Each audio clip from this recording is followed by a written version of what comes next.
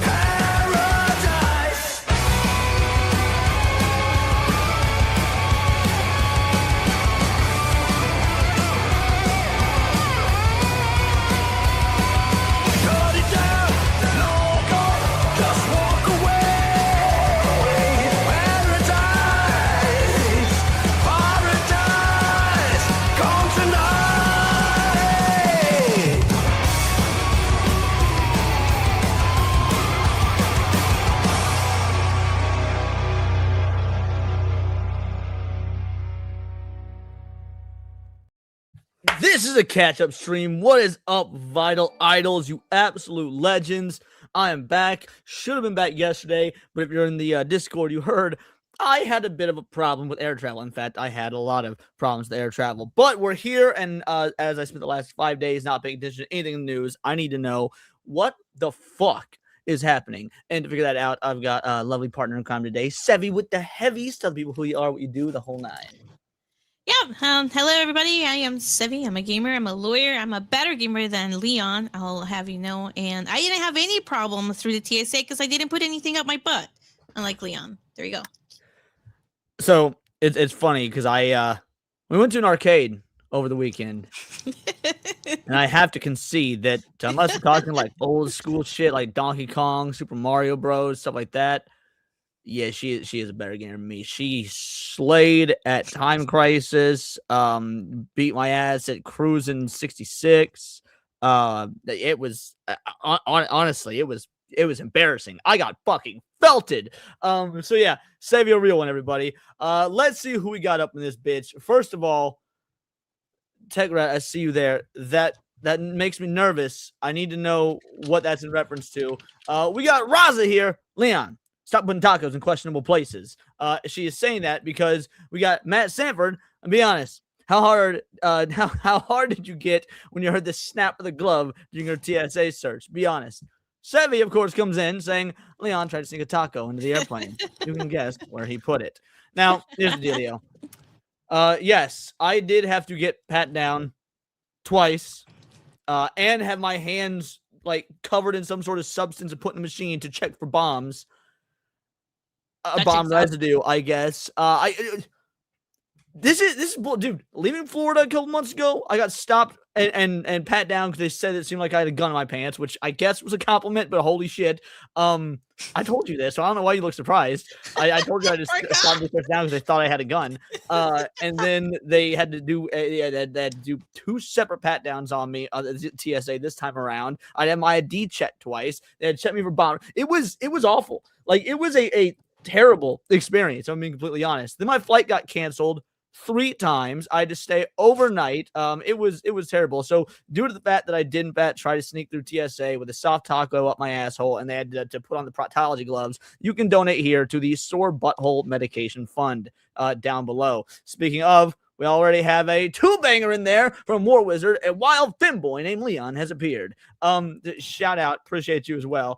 And then Tech, I'm gonna need you to fill me in. Leon, I want to apologize in advance. Just remember I love you. What happened while I was gone, Tech? What happened? I assume that might have something to do with Badgercast. I don't know what's going on. It makes me worried. While I'm waiting for you to explain, let's see who we got else in here. Dylan B is here. Sucking My Dick is in the house. How you doing, Sucking My Dick? Of course, we got Raza. Shout out. Seth will be talking to you guys in the comments. Matt Stampert is here. IRL Bestie Paul is up in this bitch. Shout out to you, Paul. Clip 420. We got Dax on our best mod in the whole damn land. Shout out Daxie. I missed you, brother. Who else we got? I think we called out Cliff already. Mars Monkey Max is here licking the stream. Thank you. Got my boy Andrew, Indie Andrew, Caffeinated Wolf, who he and I have been just going on tirades about the Sonic community nowadays. It's great. And Tech Rap, yeah, you make me real nervous, brother. You make me real fucking nervous. Jeremy Hughes Reviews is here. Shout out the lovely Sherry. How you doing, Sherry? Again, War Wizard, thank you for the 2-banger. Matt Funcool, what is up? El Merva says, gay? Yeah, sure. Thank you. That's, you know what? I kind of deserve that. Leon is a fake geek girl. Thank you. Leon is a bad gamer boy because he sucks at Resident Evil 98% of the time and at Sonic 45. Okay, all right. Them's fighting words. That's accurate. Then, what do you mean that's accurate? It took you 2 hours to get past the opening street in the original Resident Evil 2. I can beat the game in that amount of time. But Leon, there's a big difference between you and me. And that would be? I'm cute. Okay, that's a pretty vast difference. Yes. Ghost of Valhalla, shout out. How you doing, homie? Jordan Costa, how you doing? What time is it there? First time seeing it live this hour. It is 11 p.m. I don't normally stream at this time, but we have to do some catching up and some making up. Shout out for the sub, Lawrence. How you doing, homie? We have to do some catching up and making up for the fact that I've been gone for 5 fucking days. If you miss today's Badgercast, then you'll have to wait until Friday to find out. I did miss today's Badgercast. Did you guys just not read the group chat when I said that I've had a completely awful last 24 hours? What is up, Golden Apples? How you doing? First, only Leon would consider that a W. Consider what a W? What being groped by a TSA agent and checked for bombs. Well, there was the Kiwi Farm shitstorm reaching fever pitch. I covered that. That was the last thing I covered before we left. So we probably won't be covering that just because I actually did talk about it. Carlos Batista is here. Shout out. A kick in the nuts. You'll love to see it. Oh, no. What's in the ad? Gotta say. Be honest, Leon. It was the butt plug found in your ass by the TSA that led to flight delays. Good to see you back, champ. It's as if they think that Atreus just doesn't exist. He literally plays with butt plugs on camera. And I'm the one being accused of this shit. Matt Stanford coming in with a 20-banger. Here you go. Get the good aloe for the bung. The good aloe for the bung. You know what? I think that means we need some horsecock. Horse semen's great. I'm digging horsecock. Is your cock a horse cock? You will never hear me say it. Nay. Ooh, as I speak more. My favorite stallion I keep in my top drawer kinda goes hard though. Cause there is no cock like horse cock. Send your asshole into shock and eat horse. I don't know how we're going to ever top horsecock. Yeah, the TSA has a joke at the end, and that joke tickles a bit. Piplup is here. Shout out Piplup. How you doing? Appreciate Zero Dozer over on X. You'll have seen people watch on X. We got Stormbreaker. What is up, my man? What a plan. Gal Carrymon is up in this bitch. I'm sure the pong appreciates it. Yeah, it does. Lawrence, how you doing, homie? Appreciate you. Zelozy is here. I thought she was going to say, make this look good. And technically, she did. Could not agree more. I don't even know what we're referencing, but yes, completely agree. Oh, are you talking about the shirt? Talking about the shirt? I hope they're talking about the shirt because, yes, it looks much better on you than it does me. War Wizard for a two-banger. Sevi told us about the Sonic footy pajamas, Leon. Like I'd be ashamed of that. Like I'd be ashamed of Sonic footy pajamas. Shout out War Wizard. Saw is here. How you doing, Saw? El Merva for a two-banger. Crashing in a few. Oh, wanted to say welcome back, gay boy. Appreciate you, Merva. Thank you. You get some nice, much-earned rest. I will see you around for the lunch hour tomorrow. Neon Leon, the whole nine. Let's see. Who we got? Damn, poor Trey's cat just trays up in this bitch. Dude, it's not my fault. Like, we're not joking. Does he not? You were on stream with him. He just pulled out a butt plug and started playing with it. Live on air. Yeah. Yeah, I was in that stream on Monday, New Black Street, when he had a butt plug and he kept playing with it, and his girl kept like walking like back and forth, and we were like, dude, did you wash it? And he's like, it's not mine. It's like, oh my god, Wait. That wasn't the question. I didn't realize that was what you asked him when he said it wasn't his. He said, did you wash it? He says it's not mine. That is not the answer. That is not a question. I know! That is not the answer to the question. I was so mortified. He kept playing with it, and we kept saying, wash your hands! Wash it! What are you doing? And while you're at it, lotion up your elbows, Darky. Getting ashy over there. OG Star Wars is here. What's up, OG Star Wars? It's been a minute. I'm back on Twitter/X new account. Yes, I know you got hacked because the hackers sent me a message trying to get me to vote for you for a Spotify thing, which is absolutely hilarious because I would never vote for you. No, I'm joking. I love you. Yeah, give me a follow. I'll follow you back. I'm glad that you're back. I'm glad to see it, girl. I appreciate the fact that you got all that sorted out. War Wizard for a 5-banger. Did you miss a Trey drunk calling him on stream and telling him that he is his truth? Nothing about what I said was exaggerated, seriously. So funny story about that, War Wizard. So yes, we did miss him doing that to Hypno on Hypno's stream because Sevi and I were watching movies at the time. But what happened after he drunk called Hypno, Sev? He drunk called us, and then he drunk called Kata. Yeah. Yeah. Let me tell you. Trace is a sweetheart. Like, people show their true colors when they're drunk. And he called. He's like, yo, my man, Leon, just want to make sure that you were good, bro. Want to make sure you weren't out there hanging people. I have no fucking idea what that means, by the way. Like, he said that. I will just be randomly sitting around and be like, the fuck did he mean hanging people? Like, yeah, and then he said, I was just concerned that you were gonna be all alone. And I was like, this motherfucker. Like, what am I, a houseplant? So yeah, Trey is drunk called us, drunk called Kata. It was great. But the thing is, you know how motherfucker is when they're like you know they're real when they're drunk. And the fact that he called us just because he wanted to make sure that we were okay and everything was all right, and like that shows that at the end of the day, Trey is a good dude. Behind it all, behind all the bravado and the inward facts. I'm not going to drop the N-bomb quite this early in the stream, but behind all the inward facts and whatnot, he is a good dude. But yes, it was amazing. So yeah, I'll need to go back and watch the replay of what happened on Hypno's stream. Shout out. Thank you for the 5-banger, War Wizard. I appreciate you. Let's see. Who else we got? AJ's live for everyone that was worried. Why wouldn't anybody be worried about AJ? AJ, he just AJ, man. Dax started a 5-banger. AJ starting his stream late as fuck, so I got a jet. Here's the happy whole fun. Much love, Vital Isles. Well, thank you, Dax. I appreciate it. You mean as a world to me. Go kill on AJ's show. You and Enzo both. And depending on if you guys are still going or not, perhaps I'll write into you when the night is over. Me and Seb, we got no idea how long we're gonna be live. We're just here to goof off for a bit. But thank you for the 5-banger, homie. Let's get a quick clip for those of you guys here that just send some super chats. You know what? Speaking of Atreus, here's some peak racism. You racist motherfuckers! I didn't know how to bring you back. Look at this nigga's face! Look at his face! Look at his fucking face! Fuck you, dude. Fuck you. What up, Key Limps over on Kick? You love to see it. Yeah, I didn't even advertise we were going to be streaming on Kick today, which is A-okay.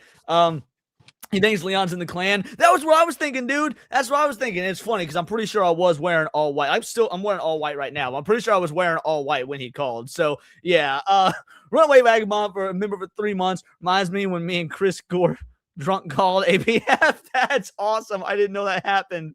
Or the wall guy, drunk people say some shit. Oh, I know. I spent half this fucking weekend away drunk. It was pretty great. DJ Ronnie G is here to shout out. Yeah, someone said near the beginning of the stream, I missed it. I think it was Suck My Dick. Good to see that Sevi is still alive and wasn't pushed out of a window. I almost murdered this bitch a couple times. I'm gonna be real. I almost murdered this bitch a couple times. Did I not? Wow. I did nothing wrong. Yeah, it's what all women say. did Carlos nothing Batista for a 5-banger. Feliz, you want to take the Mexican words for me, please? Oh my god. Okay, Feliz Cinco de Mayo, Leon and Sevi. Perfect. Thank you. Oh, what are you guys drinking? Okay, what are you guys? Go for it. Oh, nope. Okay. What you guys drinking? I got some Bruegel waiting for me at home after my night shift. I have vodka in my awesome, very awesome. It has a bullet. Oh yeah, we're both drinking out of our bullet glasses. Yeah. Yeah. Bullet glasses. Sevi got And these then for us. They're fucking awesome. They're literal shot glasses. Yeah, and they got tequila for Cinco de Mayo. So Feliz Cinco de Mayo. See, Raza gets it. She says Stevie did nothing Happy wrong. May 5th? Yeah. Okay. See, I'm learning. Oh my I'm God. learning your people's native language. That's like really simple Spanish, Leon. Uh-huh. And do you see what color I am? Because apparently this fucking TSA doesn't. I think the TSA has officially classified you as black, Leon. Congratulations. No, they checked me for bomb residue. They clearly classified me as brown. Okay, Muslim. Got it. Yeah. Yeah, they think, yeah, apparently my Cowboy Bebop backwards hat is a fucking turban to the TSA. Oh, I got a lime already. I got a lime. So I got a lime. I just don't have the salt, but it's okay. I don't need salt. It's Sevi, not Sevi, but yeah, Sevi drinking like a white girl on Cinco de Mayo. Yeah, no, she's certainly drinking like a Latina. She can become a violent drunk, by the way. She can become a violent drunk. I was nearly assaulted a couple times. Like, she a true Latina. Just saying. Me and the TSA have beef. I have a great story that isn't okay for YouTube. Well, tell us before or after the Fern Gully watch party this Thursday, then, because I need to hear that. All right, one more quick clip for the appreciation for you guys sending the soups. Thank you so much. I know you've done absolutely nothing productive today, but who gives a shit? You're just a weird little gay boy doing the best you can, and I'm proud of you for making it this far in life as a gay little weirdo. Keep shining. Keep shining. Keep shining. Alrighty. So I've got some topics prepared, but I'm gonna be real. I don't want to get into them quite yet. I don't. I just want to kick back, chill with the chat, talk some shit, and see what you guys have to really fill us in about. You kind of kept up the news while we were traveling because of your job. I mean, you were still like sending stuff to G&G and stuff, I think, right? Yeah. I didn't. I would scroll Twitter, scroll X, and just be like, hey, what sort of shit talking can you do? And then get right back to enjoying the vacation because I was like, I didn't even bring a streaming setup. It was wild. Devil in Red says, welcome back. Shout out over on Kick. Appreciate you, homie. Thank you. Get in the fucking robot, Shinji. It involves a carry-on bag. Yo, this could get real spicy. This could get real spicy. This day, if you're classified as brown, you get the red carpet of Somalia. We got Hypno in this bitch. How you doing, homie? Appreciate you. By the way, I'll make the announcement now because we didn't settle this until I had already left, so I haven't talked about it on stream at all. Me, Hypno, maybe the Blacks, and some others are going to be doing a Counter-Strike tournament, I guess. I don't know if tournament's the right word or not. We're going to be doing a Counter-Strike tournament tomorrow. Obviously, I'm going to be on my gaming channel, the second channel. Hypno will be on his. I don't really know what Kata and Trey is going to be doing, nor do I care because really you should only be watching me or Hypno. But yeah, me, the boys, and some other YouTubers, or at least one of them I'm not familiar with, are all going to be doing Counter-Strike, some rounds of Counter-Strike tomorrow. So make sure to check out for that. I'll post more information as it comes. I need to find out who all is a part of that so I can make a proper thumbnail and shit. I've never played Counter-Strike before. This will be a first for me, so we'll see how it goes. Oh, you're going to suck. Thank you, Sevi. Yes, we've established that I am bad at video games. No, you're really bad at first-person shooters. It's not. First of all, maybe I'm pretty sure it's a third-person shooter. Wait, isn't it? I think. I suppose. I mean, you could change it, but yeah. Maybe you should practice. Maybe you should practice a I'm little gonna bit. download it tonight, and I'm gonna play some practice rounds either after tonight's stream or tomorrow before the stream actually starts. Oh, Counter-Strike is first person. What am I? Oh, I think I was thinking of Arma. Arma is third person. My bad, not Counter-Strike. It's bad. Maybe Hypnotic wants to give you some tips on how to play. I don't know. I think Hypnotic's gonna take fucking pride in annihilating all of us. Oh, I'm sure he will kill every single one of you. Yes, I have no doubt. Nagata says no going raw. It'll be hysterical. Well, I need to at least be familiar enough to know the controls. Like I need to at least know like what the UI is and everything like that. So. Oh my god! I was thinking of the gameplay of Arma when I was talking about Counter-Strike. I was thinking of the gameplay. It's not that hard. It's not. I don't want to hear you saying it's not that hard, woman. For real though, what was that game? It wasn't Area 51. It was the other one. The other like stand-up arcade shooter. Do you remember what it was called? I don't know. No. You annihilated. It was wild. You fucking annihilated. Oh yeah, you barely like your accuracy percentage was something like 40% or less most of the game. Unless we're talking about killing civilians, then it was damn near 100%. Yeah, because Time Crisis, you shot every civilian and then you couldn't aim right, and you weren't even drunk because. Yeah, you're right. I was not drunk. I said Time Crisis earlier. It wasn't Time Crisis. We tried to play Time Crisis, but the player 2 gun wasn't working, so Sevi's gun wasn't working. It was the stand-up arcade that has Area 51, but it also has like the paramilitary one, and it's like a dual cabinet, and I'm trying to remember what it was called. I don't remember. Anyway, yeah, so 40% accuracy. Yeah, Leon was definitely a cop. Yeah, I'm pretty sure if they were black, his accuracy would have gone up by 100%. I average a 72 to 85% headshot ratio for my kills on Counter-Strike. Fuck me, hopscotch. Oh yeah, you're going to get felted. Leon won't be able to get a silver 1. I guarantee it. I peaked at MG2. I don't know what any of this means. I've never played Counter-Strike. I don't know what any of this means. It's gonna be glorious. So basically, come and see Leon fail. Yeah, the big screen that Pels up, that's Time Crisis, and we tried playing Time Crisis, and unfortunately, like I said, the player 2 cabinet that one didn't work. That. But that so one didn't I work. got to play all of 5 minutes of Time Crisis before Sebi was like, why can't I shoot anything? I was like, what are you talking about? And I grabbed a gun. I was like, oh, it's literally not working. So it's not a tournament. We're literally just playing for fun. Casual matches, nothing serious. No, it is always serious. Competitive games to me are always serious. Even non-competitive games are serious. In the fucking shooter game that Sebi and I were playing, technically you're a team. I was still treating it like a competition and getting my ass beat. But Sevi sucks at Donkey Kong. And I'm a goat at Donkey Kong. So that we need to establish that. Sevi couldn't get past the first level in OG arcade stand-up Donkey Kong. I'm fucking great at Donkey Kong. That's like your call to glory is like, oh my god, I could play a lame-ass Donkey Kong game. What do you mean my lame-ass? god, Dude, Donkey Kong is an OG staple of video game history. Stairs. Oh, I figured out how to move up the fucking stairs. Oh, first of all, they're ladders, not stairs. Whatever. Same shit. Just remember 2 things. There's no health regen, and they change reloading to empty a whole clip so you can waste ammo if you half reload. Oh, so that's like Helldivers. I like that. I do. See? I don't know if this is a slight against me or not, actually, but Paul says Donkey Kong is so easy, though, Sevi. Yeah, so even if it's easy and I did great at it, what does that say that you couldn't even pass the first level? Well, first of all, I think by that point, I was really drunk, and then also I did not care really about drunk? that game. I'm pretty sure by Donkey Kong, you were still on your first fucking drink. Although, by the way, you want to tell them what kind of drink you had? It was super cool. It was a Pikachu-themed drink.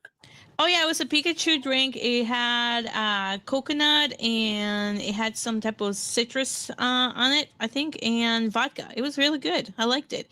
It's a little bit steamy, too. Oh, I forgot to take a picture of it. No, wait, I did take a picture of it. Hold on. Yes, you did. I think I took a picture of everything. Well, yeah, I'm pretty sure you took a picture of the drinks. Yeah, you took a picture of both our drinks, because I had a Nuka-Cola, which was super cool. Pitbull up for a 5-banger. One of the reasons why I take Marvel Rivals seriously is because I want to be a pro player, and someday I want to join a tournament and be the best that no one ever was. But no, seriously, I appreciate the Marvel Rivals love. I've never played There it. you go. I will eventually play. Oh, here, let me blow you up real quick. A little bit of a the glare, cool but one yeah, was the other one move where it, we- move it to the left a little. Yep. Oh, sorry. Right. There you go. Right there. There you go. That's perfect.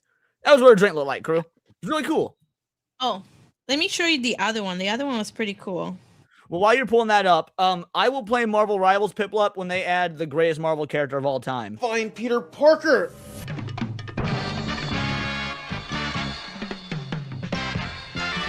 Who the hell are you? 地獄からの使者スパイダーマン All right, I got the other one. Wow, I really did become proud over the vacation. You know what? Fair enough. I walked into that one.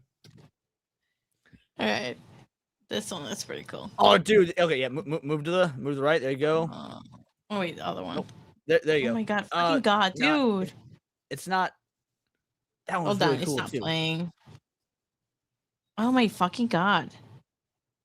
There we go. You gotta see it.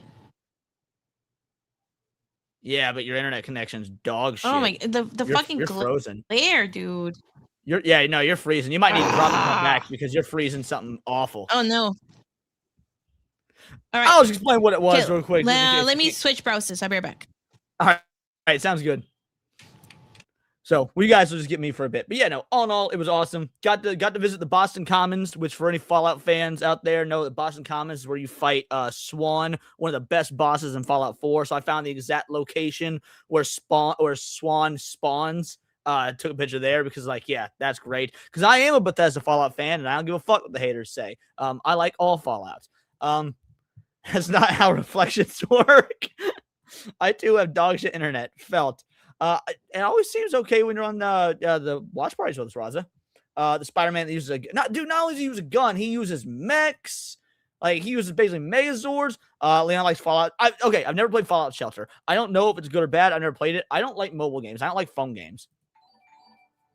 Hey, Leon, what's your thoughts on the new Resident Evil movie? For me, it doesn't look like Resident Evil, but it looks like an interesting horror movie. All right, here's the dealio.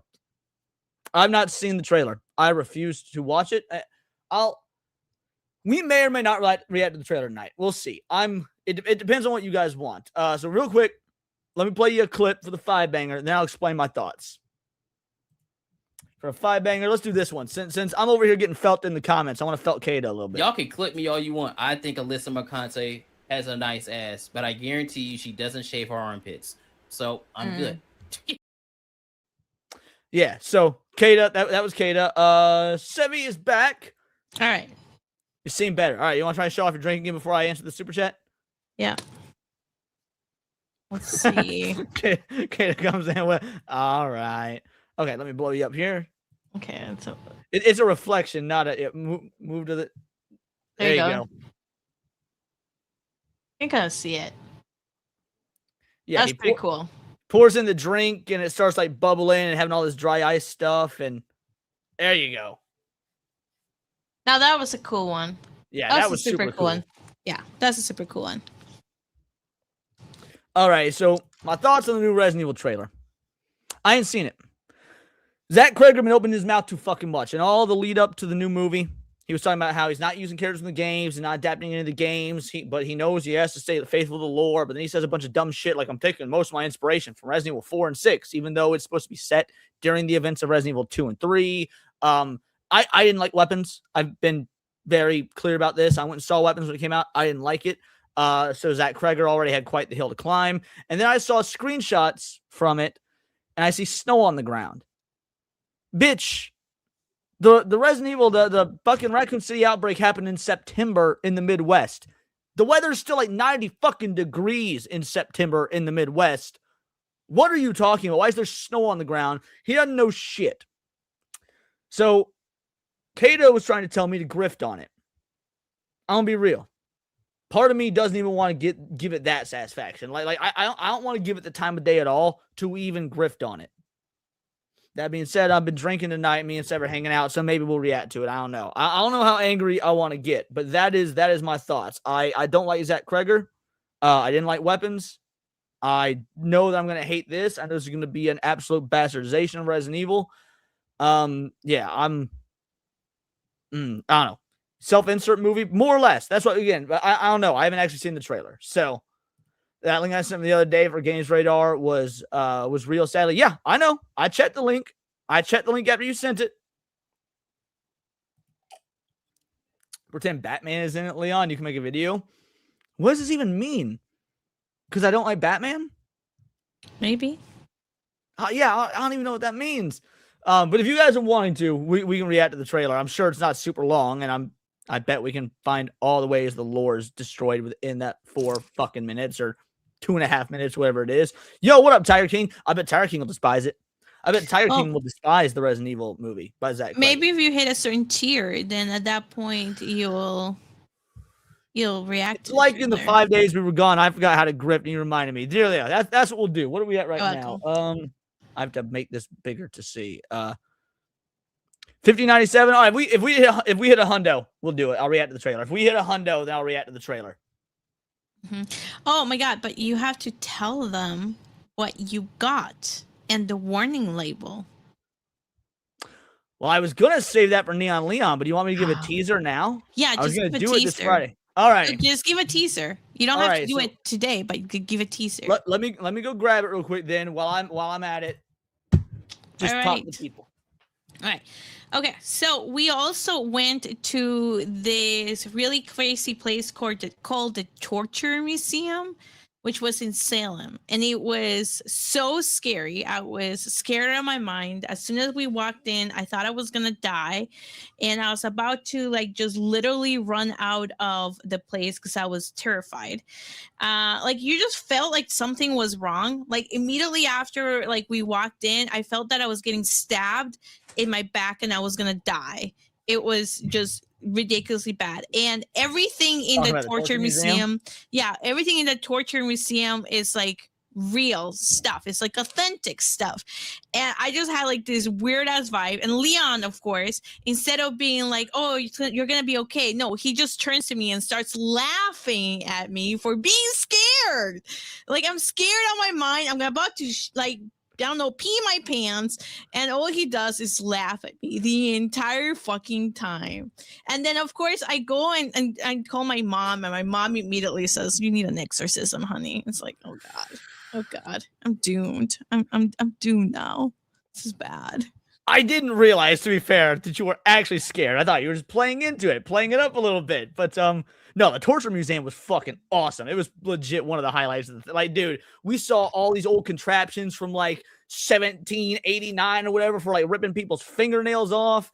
They had the best thing. The Torture Museum guys, we need to be bringing this shit back. Had these iron masks that they was women in as a form of torture for nagging too much. Gossiping. It was based as fuck.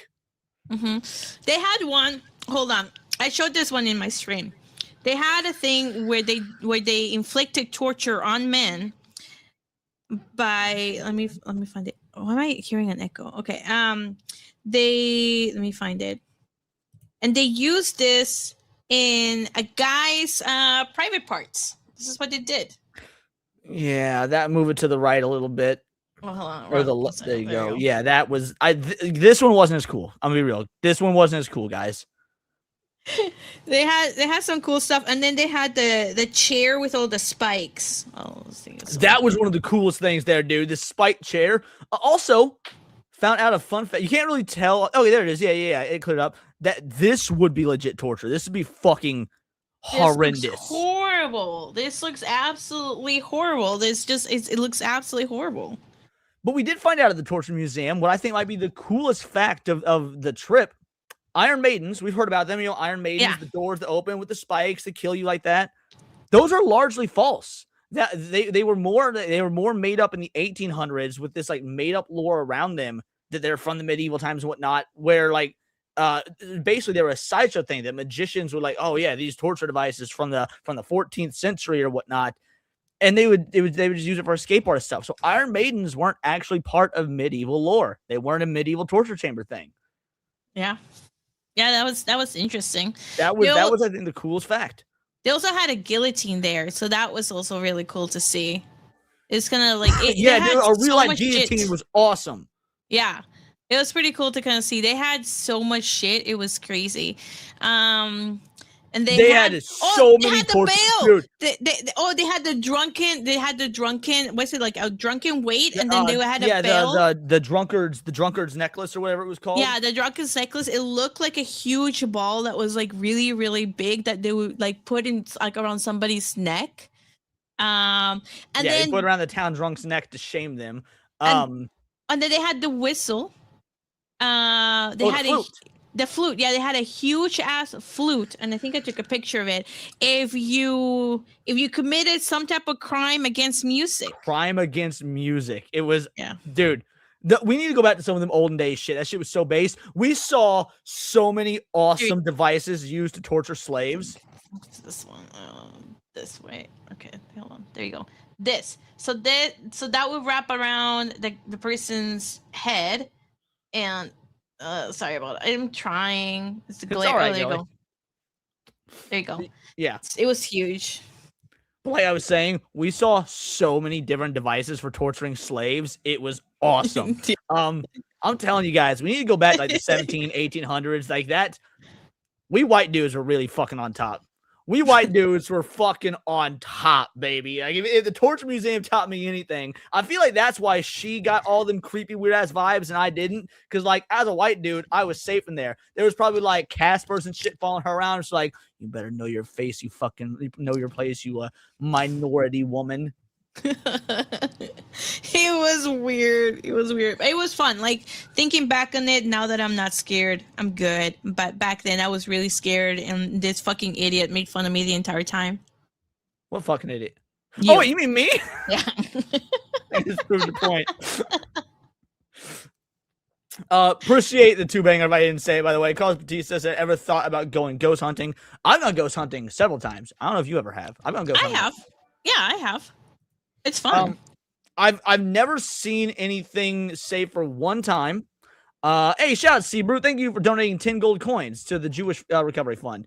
Anyway, what was I saying? I've only ever found like one thing on like a sanctioned ghost tour. Got pictures of it, showed it off on Zax's channel several months ago. That was really awesome. Maybe if I can find the pictures, I'll talk about it on another stream. Oh, I've talked about it on Tinfoil Haters as well.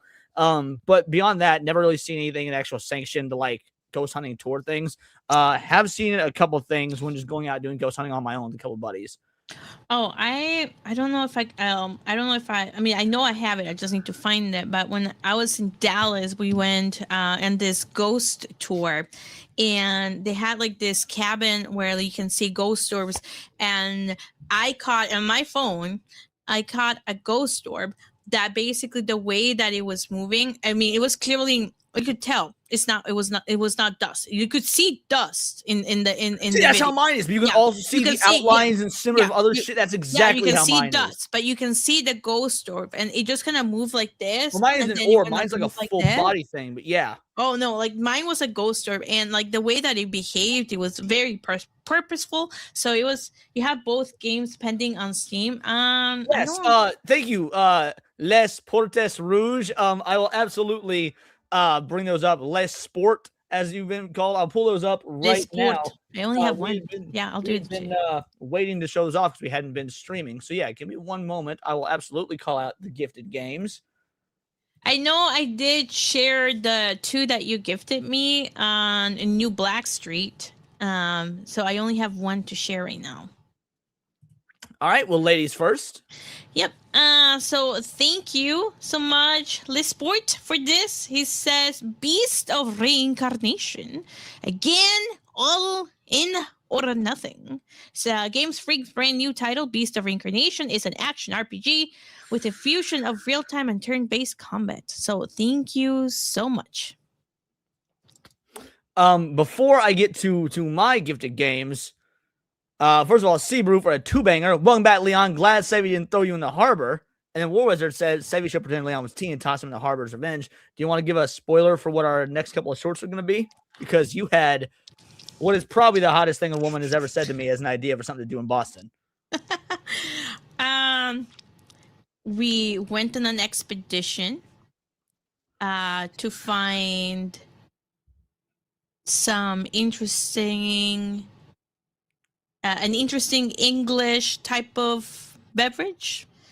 And then we went to the harbor And there's And your then you- spoiler for when the videos drop. So yeah, and- we'll each have shorts you're gonna coming have out to about wait. it. You're gonna have to wait. You're gonna have to wait to see what happened. Did Leon eat it all? Probably yes. Did he go into the harbor and start swimming? Probably also yes. So Les Sport came in with not really sure, but I don't think this is the same edition that you played on SNH. Among Us. And then wow, did I miss the second release? Maybe Blindness. Among Us 2 Butt Warfare. And then I can't stop laughing. There was a third one. Among Us Trilogy. And then shout out to Zevin Cross gifted me Cyberpunk 2077 and the sequel. Or not the sequel, the DLC. So shout out. Absolutely appreciate both you guys. Legends. I will certainly play both those games. That sounded like sarcasm. Sarcasm. Can't talk. Yeah, can't. But yes, no, I will absolutely play all those. Thank you. Oh, good. He can practice playing FPS. The fuck does that mean? Among Us, much better than Star Wars. Happy May the 4th to you, by the way. Jerry D. Sills with her tin banger. Once I see her in my eyes, my heartbeat fast soul taken by surprise. That smile makes the day worthwhile. Her voice, I hear it melt no choice. Now she's the biggest part. Fire in my wild heart. Shout out from the Sith Lord poet, Jerry D. Sills. Thank you so much. I appreciate it. Let's go ahead and give you a clip. In fact, for a poem like that, I give it an 8. An 8 out of what? You will see. I'm loving it again. The game would absolutely get a pretty high score from me. How many bananas? A solid 8.5 incher for sure. That's I didn't what? No. And wouldn't it be nice to live together?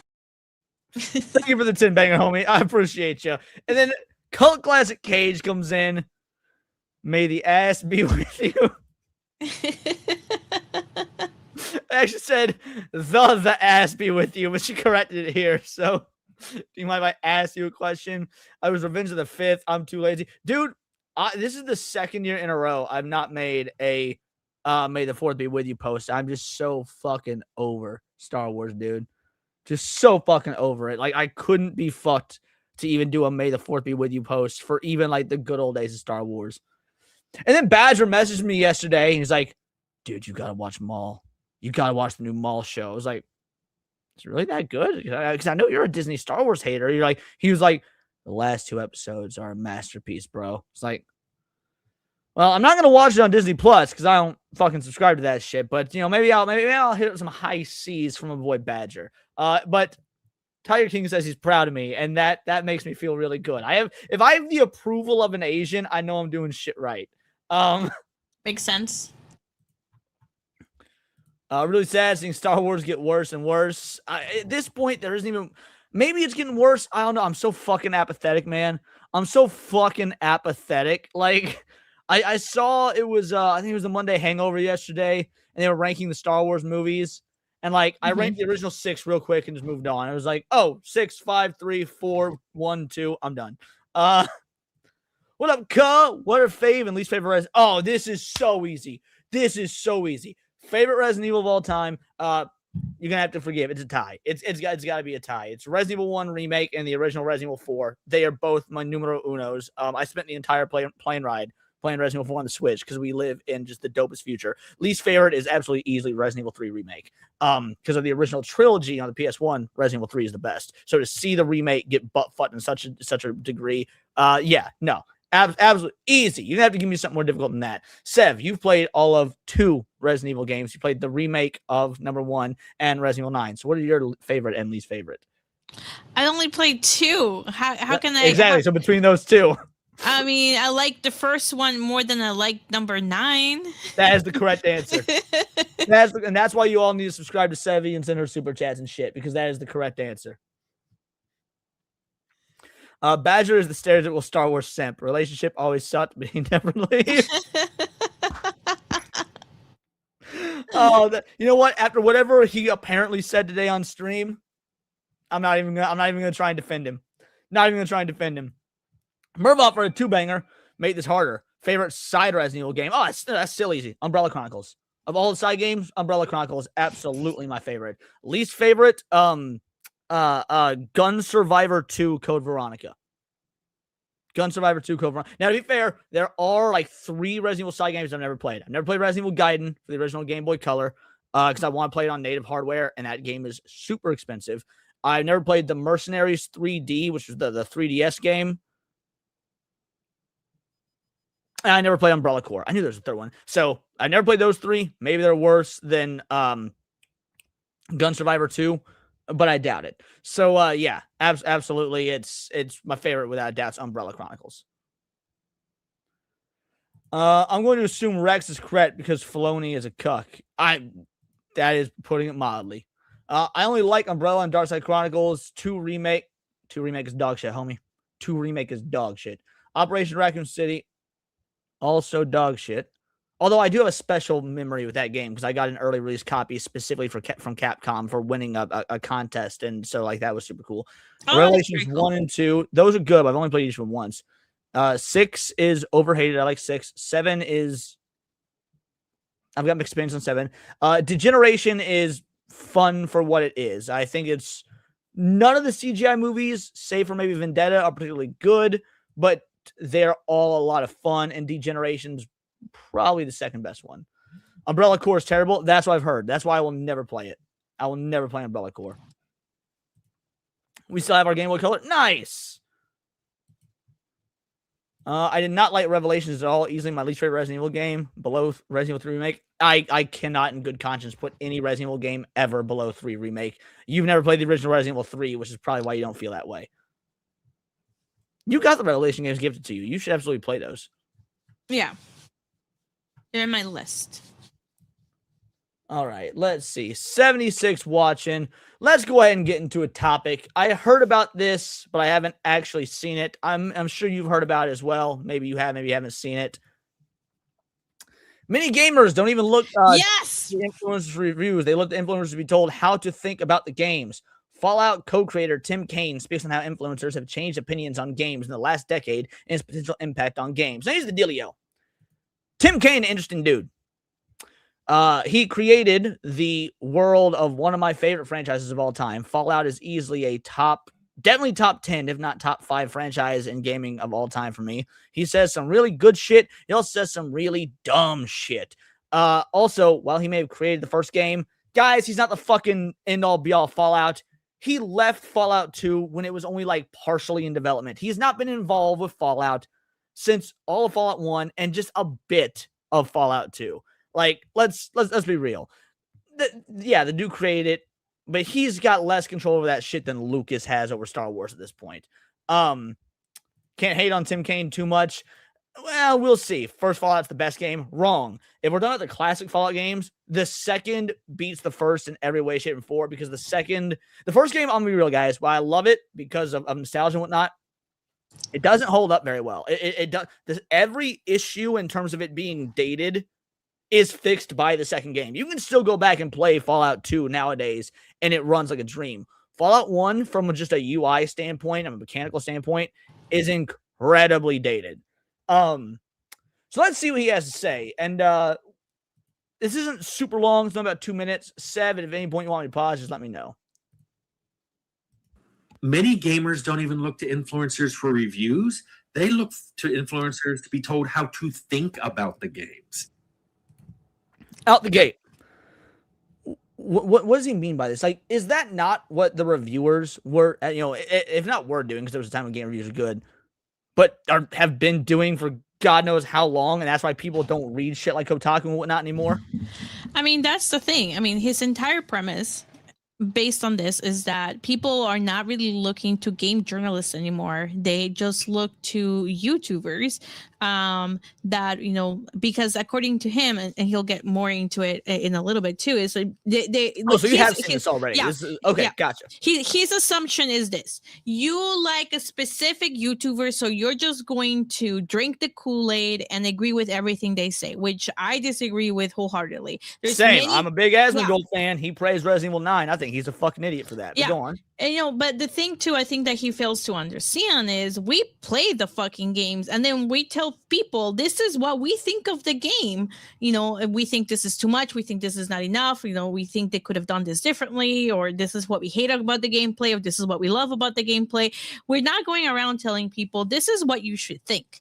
So, but he comes to this video saying like influencers are destroying the how games are being reviewed and are basically bombing the reviews because they're just going on and then telling people they're bombing the reviews. But I will listen to what he has to say. I don't want to just take your word for it because I do like to be unbiased here. But the idea of bombing reviews is so fucking stupid to me because for two reasons. One, why was it not bombing reviews in a positive way? Love bombing reviews when critics would give games incredible, off the charts, amazing scores when they really fucking weren't. Or more than that, if something is getting review bombed, well, that's the audience speaking to what it wants. I don't care if you like. Let's say that you didn't want a Resident Evil 4 remake, like your boy here, and so you went in and you gave it a fucking 2 out of 4, 0 out of 4, whatever, before it even came out. That's not actually review bombing. Isn't saying XYZ thing is bad. That's the market rejecting it, saying we didn't want this to begin with. Yeah, I mean, I agree with you 100%. I think like he's just taking this position that gamers are not giving games a chance because influencers are telling them now you have to hate this game. So because I hate gamers aren't giving games a chance because so many games lately are dogs. Now, to be fair, I say that, but 2025 and 2026 so far have actually been really good years for games. Yeah. Between things like Crimson Desert, Mouse PI. We're actually getting back on track. Expedition 33. I mean, come on. Like, yeah. But let's be real. 2018 through like 2024 was pretty fucking dog shit. That's a 6-year run of dog shit. Yeah, exactly.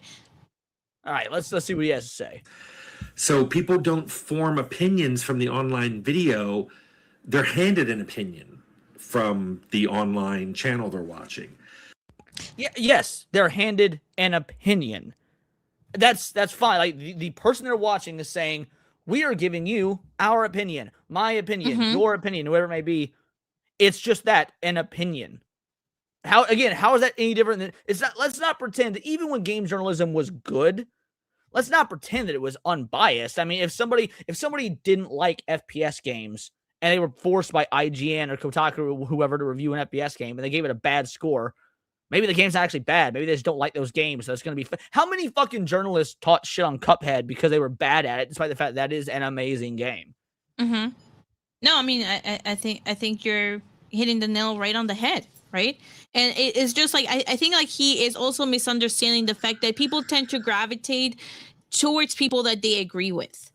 So it's exactly what Jeremy said. They tend to gravitate towards people that they agree with. I know, like, just generally, if I'm gonna look at a movie, and I have critic lists up, I already know people that I'm gonna agree with. So if I see how they rate a specific movie, then I know, okay, I'm gonna like this or I'm not gonna like it. It's just the same. Well, actually, it's funny you say that. So let's not even talk about like versus dislike. Earlier in the stream, when we were talking about the Resident Evil stuff, the Zach Kreger Resident Evil movie, I said I didn't like Weapons. Nor was I didn't say Weapons was bad because I don't think Weapons is bad. Now, I actually do think there's a lot you can criticize about the ending of Weapons, but as a whole, I would never call Weapons a bad movie. It is well shot. It is well acted. It's got a good score. It's got good technical prowess in terms of like behind the camera and whatnot. There's a lot of good things about Weapons. I just don't like it. I was able to, at least in my opinion, try to be as objective as possible and give Weapons a solid 7 out of 10 while saying, I don't like this movie. I'll never watch it again. For me, on a personal level, it's probably like a 2 or a 3. But if I was to look at all the technical aspects of it, it's like a 7. And what? So just because I reviewed the movie that way, I'm giving you guys like, oh, you have to think that Weapons is a 2 or a 3. No, I talked about all the technically good stuff, even though I didn't like it on a subjective level. Yeah. I mean, yeah, exactly. What this means is I've seen reviews go from This game has less combat and more puzzles and dialogues for you to interact with than this other game. 2, this game is stupid and slow paced and made for casuals. I think you should skip it. That's a huge difference in how game. To be fair, both can be true. Let's run that back and I'll explain how both can be true. In this other game. 2, what handed an opinion from the online channel they're watching. What this means is I've seen reviews go from this game has less combat and more puzzles and dialogues for you to interact with than this other game. Okay, so right here, he's talking about the concept of comparing other games. Now, I'm going to keep going back to Resident Evil because it's my favorite franchise of all time, and he mentioned puzzles and gun combat, which are things that are very prevalent in Resident Evil. If I was to compare Resident Evil 1, 2, and 3 on the PS1, which are basically horror puzzle games with a little bit of gunplay, and then by the time we get to the GameCube and go PS4, go Resident Evil 4, and it becomes more or less action horror at the end of the day. Yes, I'm going to compare Resident Evil 4 and its complete change of direction to the previous games. There's going to be a lot of folk out there that liked the very slow-paced, more puzzle-oriented Resident Evil classics. Then when they get to 4, they're not going to like that. That is it's fair to compare the two. And then when he gets to talking about casuals and whatnot, you can also say in the same breath, Resident Evil 4 is catered more to casuals because more casuals would rather play the shooty game than the slow, methodical puzzle game. I mean, and also you have to keep in mind too, like when you're describing something, you have to put it in a frame of reference. So I know, for example, when I was describing Pragmata, I was like talking about this is kind of what it feels like. This type of mechanic feels like this other type of game because, like, again, we're assuming that other folks who are gamers also played those games, and you know they can use that as a frame of reference too. So I don't think there's anything bad with comparing a new game with other games that were there in existence. Not at all. And, I mean, as long as it's a fair comparison. Like again, yeah, you wouldn't compare something like Sonic the Hedgehog to fucking Doom Eternal. I'm sorry, those aren't. But as long as it's a fair comparison, then yeah, obviously. Exactly. To kind of like explain, this is how the mechanic looks like. This is generally what the style of the controls is, so you know what to expect going in, right? But like again, like there is such a thing as, you know, games that are easier. So I mean, I'm really, so for example, I'm really enjoying Mouse PI, but I really do think that Mouse PI was, you know, probably just a little bit too easy sometimes, right? So well, if you want about comparing games, if you were to compare Mouse PI to say something like Doom or whatnot, like the classic Dooms, I think that's actually a pretty fair comparison for obvious reasons. Yeah, exactly. So I mean, like, I think it's a fair comparison to say, and you know, and you can then rate it as this game is going to be a little bit more challenging than other games too. So I think that's just part of how we draw comparisons. That, you know, it makes sense. It makes sense. Because which also helps the consumer, by the way, because if the consumer's never played Mouse PI, but they've played Doom, and you're comparing it to Doom and say, here's what's similar, here's what's different, the whole line, they're going to be able to form like, okay, I get what the person's saying here. Whether they agree or disagree with it, completely irrelevant. They're going to at least be able to rationalize what you're saying because you're putting that frame of reference there for them. And there's also some games that are better for people who have never played that style of game. So, like, for example, when I first started, you know, before I got into playing any type of Resident Evil game, I asked Leon, what game should I play first? You know, as an introduction to get used to the gameplay, to get used to the story, because I wouldn't know. I like, it's not like I could be like, yep, I'm going to jump right into this one, because there is a right order to do things, you know, to learn the story, to get a feel for the controls and figure shit out.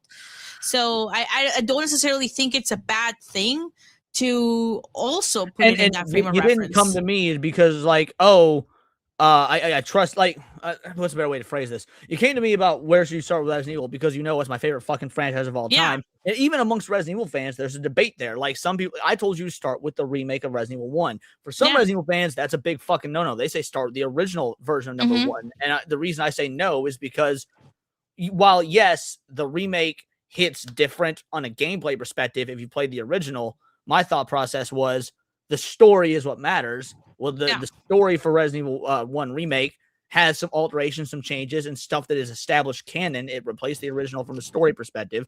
So that's the one you should start with because the story does matter. Like, that was my rationale. Some Resident Evil fans will die hard argue with you about that.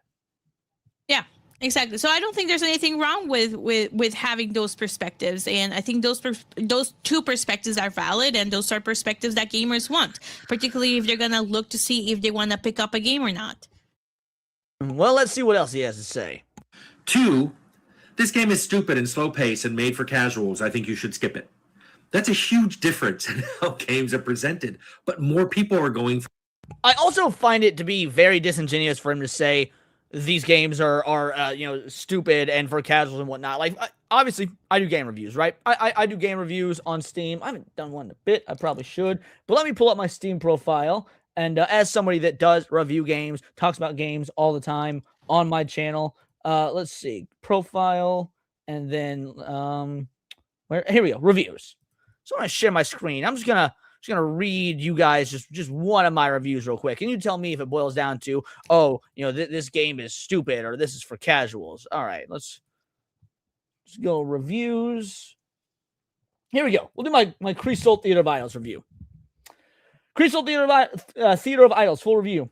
The first question Steam asks is, do you recommend this game? The answer is yes, with a slew of caveats. The game is gorgeous, fantastic visual style, wholly original looking, graphically and design-wise, a throwback to what shooters looked like in and around 2008 era of gaming. The latter can also be said for the gameplay. This has been described as similar to BioShock, and on the surface, that's true. Though I do think those comparisons are a bit over-exaggerated. Feels fun to play. Simple menu and mechanical interactions goes a long way in an era of mechanics and UIs that are overly stuffed, unintuitive, and often filled with visual noise. The story is basic, and that is both to its credit and its detriment. If you're looking for a quick 8-hour game with interesting enough story, throwback, but still fun-feeling mechanics and the visual style stands out, you'll absolutely get your money's worth. However, there's a myriad of flaws here. Story simple. I complain about a character here. Minor bugs. Enemy type that there being not enough enemy type variety. Parry mechanic not being well implemented. They call it a survival horror game when that's not correct. It's really not survival horror at all, minus like a handful of jump scares. No new game plus. Like, explain to me how this is just like, oh, this is bad and for casuals. Again, this is my I believe this is my let's see. This game is intent. Flesh Made Fear review. Look how long this is. Bad Cheese review. Look how long this is. Like, and this one is a very short review. Because I dropped this game, which I rarely do. Dead Take, long review. Tormented Souls, bit of a medium-sized review. Point is, needless to say, explain to me what this whole, they just say so-and-so game is stupid. Like, even the biggest streamers out there, people like Asmongold or Penguin Z0, Charlie, I don't see them doing that shit either. So what's he talking about? What reviewers do that? Because I can't think of any. Hypno writes some of the most immaculate, well-thought-out, well-spoken reviews I've seen when it comes to video games. Yeah. They're like, I don't have time. There's too many games. Just tell me whether I should. Is that not true? There are too many games. That is true. I have I try to go through as many games as I can, and then play games when I'm not streaming so I can get through the games that I can. Yeah, gamers are spoiled for choice right now. Because as much as we talk about how dog shit most of AAA is, which it is, there is so much good shit in the indie scene. If you know, most of my fucking reviews there, all of my reviews there actually, were indie games. And that's because the indie scene has so much to offer. But because it has so much to offer, guys, I mean, my Steam library is chock full of games that I just haven't gotten to yet because there are so many. That doesn't mean I'm not going to, but like just off the top, I've not gotten to Dynasty Warriors 9. I've not gotten to Pragmata, even though it just came out. I want to. I've not gotten to The Thing remastered. Now, to be fair, that's just a remaster of a game I loved on the original Xbox, so I played it before. So that one's not high on the priority list. But I've not gotten to Midnight Walk. I've not gotten to Wicked Seed. I've not gotten to Gay World, which was gifted to me. Thank you. I've not gotten to, Angel Engine. Let's see. I only started Baldur's Gate 3 finally after so long because you and I were playing it together. Yeah. That game's like 3 years old at this point. I only just started it. Why? Because there's too many games. Now, that doesn't mean I don't love playing them. I've been playing fucking Trading Card Game Shop Simulator recently. I know Pragmata is out. I know Mouse PI is out. But god damn it, I just want to sell some fucking knockoff Pokemon cards and Trading Card Game Simulator. Yeah, I mean, I know I've been playing Pragmata offline, and I'm trying to get as much as I can to 100% complete it. So I'm still going at it. So, but I mean, like there is definitely a lot of games out there. I don't think that's a bad thing. I think he's just sore there's competition. Midnight Walk is fast, only 2 hours. You can knock that out real quickly on. That is a boon for me wanting to get my reviews up. All right, let's keep going. Buy it. Tell me if it's for me. So they find someone they just like, and then that person's opinion becomes their opinion. See, I disagree with him. Well, I half agree and half disagree. Why do you disagree? Because his assumption is that viewers are sheep, and I don't agree with that. I think viewers take your opinion into account, and because they also get to see the gameplay, they see you playing the game too, and and they see you explaining what you like and what you don't like, and they are free to disagree with what you're saying. I don't think they blindly just follow whatever it is that YouTubers say. That's why I disagree. I sort of agree with what you're saying, but I'm going to flip it a little bit. I'm going to phrase it a little bit differently. And I see there's a couple super chats that haven't been answered. I will get to those. I just want Seven and I are going to finish this segment, then we'll address supers. It's not that they like the person, so they're going to agree with the person. It's the opposite. They found someone that, by and large, often agrees with them. Like, let's say, again, me and Asmongold, for example. I agree with a lot of what he says. I still think his Resident Evil 9 take was dog shit, but I like him. I agree with him, so I'm interested in what he has to say. So the reason people are like, oh, I hold a lot of opinions as this individual. I continued watching them because I like them. So there usually will now obviously there's going to be a disparity. Now and again, you're going to disagree, agree. But the whole reason they're making these decisions based on what these streamers have to say is because they have found streamers that it's not that they agree with the streamers, that the streamer agrees with them. They already had, like, I already had my thoughts on immigration. I already had my thoughts on Democrats and Republicans. I already had my thoughts on the LGBTQIA plus LMNOP XYZ 123 community. And to see those sentiments echoed by a big streamer like Asmongold being like, oh, he's saying a lot of the same shit I say. That's why I keep going back and watching him. It's not because I watched him and he put those thoughts in my head. Mm-hmm. Yeah. This has a positive side. It's easy to find someone who sides with your preferences and therefore is a good guide for you finding new games. And I've talked about that. That's how I look for game reviewers myself. I look at their... Wait. Yeah. Then why are you talking about like it's a bad thing if you do the same thing? Is it different if it's written on a page instead of said on a stream? Because again, his argument, even though he's flip-flopping here a little bit, his argument a little bit. He did it's a complete 180. Yeah, his entire argument is that gamers are not giving games a chance because they're following blindly. Well, whether it be on paper or on a stream or in a YouTube video, whatever, isn't the job of the reviewer to help you as the potential customer make an informed decision? Yeah. That's, by the way, why reviews should mostly be unbiased. Obviously, you're going to want to throw your bias in there to show there's a unique experience to you when you're experiencing said product, whether it's a movie, book, video game, comic, manga, anime, whatever. Yes, you want your review to be uniquely yours, but at the end of the day, it should remain... I try to keep like a 70-30 rule. 30% subjective, hey, this were my gripes. 70%, these are problems no matter whether you like thing or not. And that is because you want to inform the potential customer base of your experience with said product. Yeah. Also, Marsman Max makes a great point. We're watching game playthroughs live.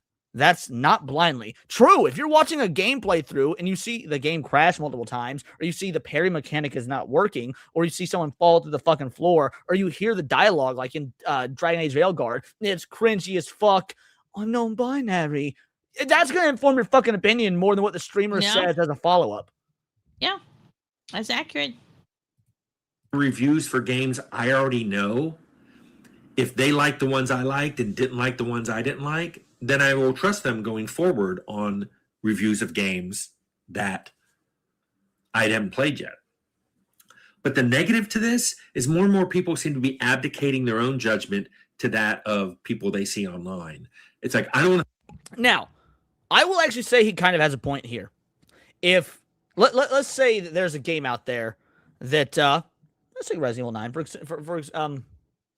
for example, and it has a gajillion fucking positive reviews, or a gajillion negative reviews, depending on what side of the aisle you fall on. and you're just sitting there parroting the talking points of other YouTubers without putting your own thoughts into it or whatnot. Yeah, okay, I do find that to be a problem. Y'all have seen my 20-minute fucking Resident Evil takedown video. I've destroyed Resident Evil 9 5 ways from Sunday, and even I'm unsatisfied with that. I probably could have gone for another 20 minutes upon rewatch of that review.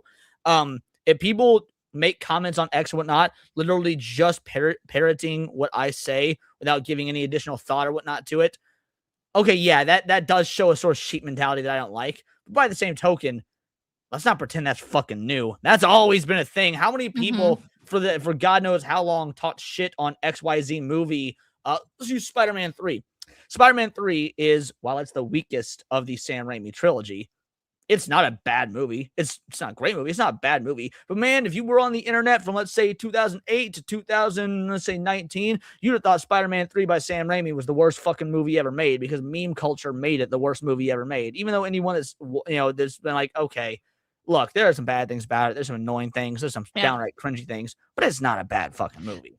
Oh, it's kind of similar to what people were doing with Pragmata. A lot of the people there spewing nonsense and never even played the game.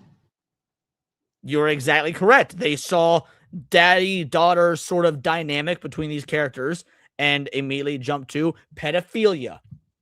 So, yeah, for good goddamn well they didn't play the game. I mean, they said they didn't play the game, so. Think about it. You tell me what I should think about it. And I see that sometimes on this channel when I... It's not even you tell me what I should think about it. It's you tell me, should I spend $70 fucking on this? Like, let's be real. A lot of fucking money, dude. $70 fucking on one game that you don't know if you'll like. I think it's pretty fair to kind of outsource the thinking to someone else to know whether or not you want to spend $70 fucking. That's a lot of fucking money. Get multiple nearly identical comments from people, and I realize they're just quoting an online influencer. Sometimes it's a meme, but more often it's, oh, this influencer person said this thing about this, and now they're just quoting without any attribution. All right, fair enough. And I'm sorry to keep using Resident Evil 9 as an example here, but since it's so recent, it's very recent in my memory. When that game came out, I was one of the very few dissenting voices on it. There were not many of us that were talking about what, frankly, I think dog shit. Most people would say mid at this point, but whatever that was. For the first 2 months, people were just jerking off over that game. But over the last couple months, now that it's been about 4 or 5 months of the game's release, what I've been seeing a lot of detractors, seeing a lot of people being like, yeah, I was a little too nice with Resident Evil 9. I've gone through and I played again. The story makes no sense. The gameplay is just sort of okay. Hey, why can Leon parry a missile? Like, things like that. Yeah. Those, you mean the things that I said 5 months ago when the game came out, but I was told, oh, you're just a hater. You only like the old school classic 90s fixed camera angle stuff, which isn't fucking true, by the way. I mean, I do love those, but I like more than that as well. Anyway, the same criticisms I had, now that the recency biases worn off, you've got those same criticisms. If you want to parrot me on that at this point, first of all, sure, I guess that's fine. Better late than never. Also, kind of fuck you. But yeah, maybe a lot of people have come to the same conclusion because it's fucking true. That's it. All right. Well, apparently that is it. Yeah, I think that was an absolute dog shit take from Tim Kaine. And again, I like Tim Kaine for what he did for Fallout. He created one of the greatest video game universes of all time. By the same token, he only made the first game and he pieced out like less than halfway through the development of the second one. Dude is not Fallout Jesus. He's just like any other person on the internet, myself and you included. He's got some good takes. And he's got some dog shit takes. Yeah. All right, there was a couple super chats we need to hit real quick. Let's see. All right, Elmer Butler, 2-banger. They tried bombing. Oh yeah, they did. They tried review bombing. I don't know what CD is, but yeah, Hogwarts Legacy. Huh? Oh, Crimson. Oh, did they really try review bombing Crimson Desert? I don't think so. I didn't see it. I didn't see it either, but I definitely saw it with Hogwarts Legacy. Yeah. Okay, I think IGN gave Crimson Desert like a 7, but nobody fucking pays attention to IGN. No, so yeah, IGN doesn't count. And then yeah, they definitely tried Hogwarts Legacy. That certainly failed. Carlos Batista for a 5-banger. X-Play gave Devil May Cry 2 a 4 out of 5. I didn't know that. Devil May Cry 2 is one of the worst sequels of all time. And I'm a huge Devil May Cry fan. Devil May Cry is another, if that one's not top 5, but that is definitely a top 10 franchise for me. Because I like Fallout more than Devil May Cry, but Devil May Cry is easily a top 10 franchise. It's like 6 or 7 on the list. And I fucking hate Devil May Cry 2. I had no idea they gave it a 4 out of 5. Holy shit. Back in the day, mainstream reviewers would just dog on JRPGs because it was Japanese. People went to YouTube for a reason.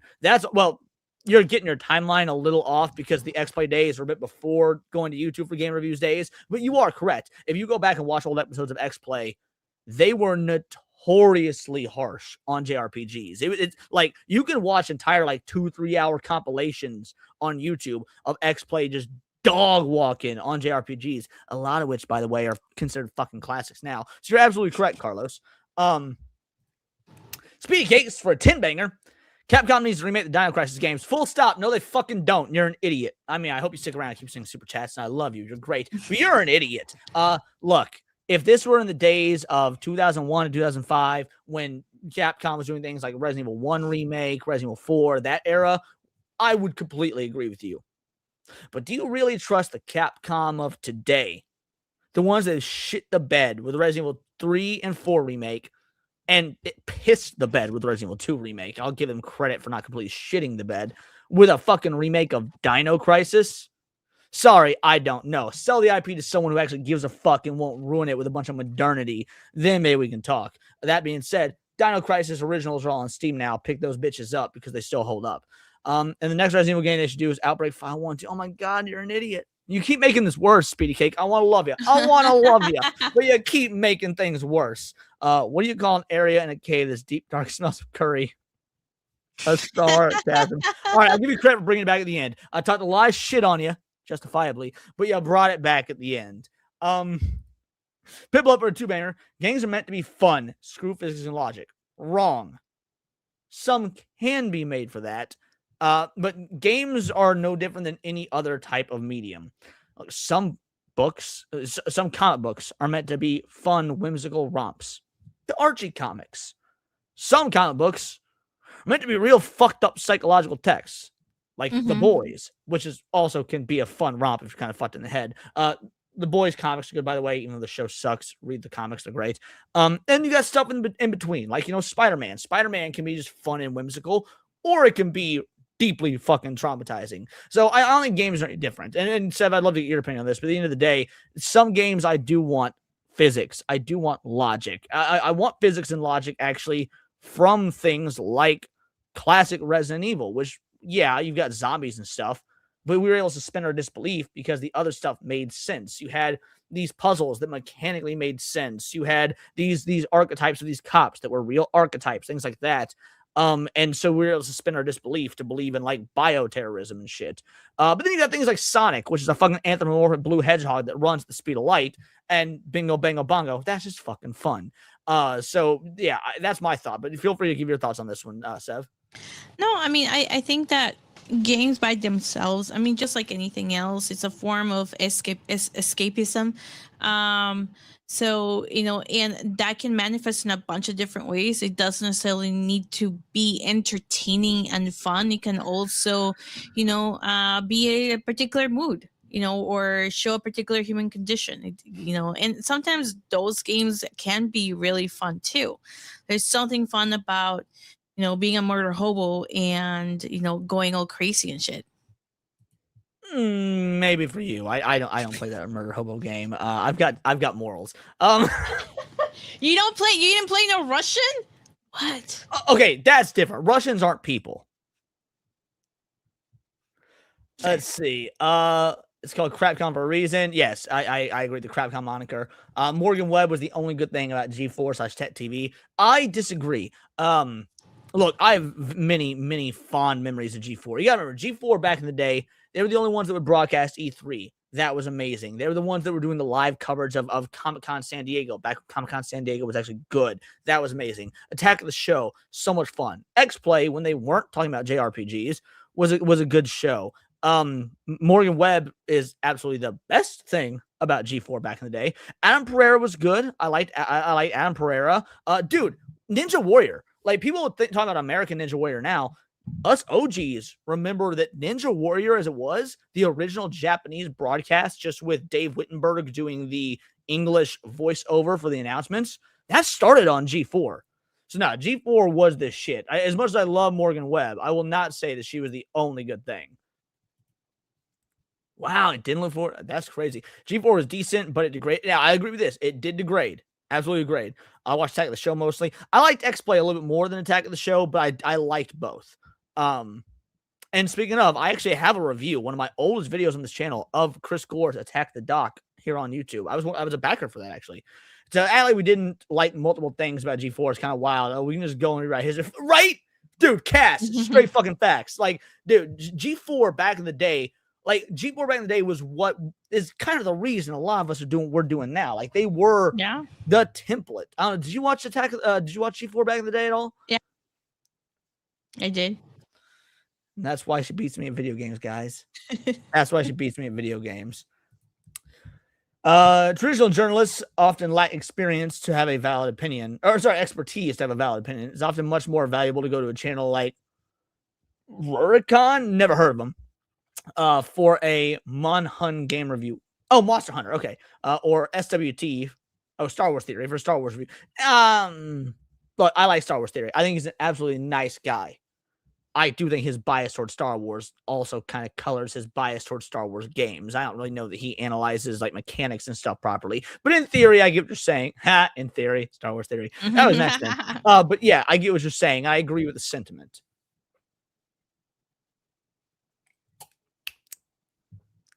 You want to know what we forgot to do? Did you hit your $100 goal? No, I didn't. That being said, we are 17 away from the $100 goal for us to do a reaction to the Resident Evil Zach Kreger trailer. But no, you asked me to bring out the surprise thing. Yeah, the teaser. The teaser. Oh my god, yes, the teaser. Andrew, I love you to death. Actually, I would love to do an actual Resident Evil debate with you. Like opening statements, cross-examination, closing statements with a moderator. Yeah, because let's go. I know here's the dealio. I know that Andrew is a legit Resident Evil fan. Here's the difference between someone like Andrew and a fucking shill. Andrew is a real fan, just for whatever dumbass reason he loves the remakes.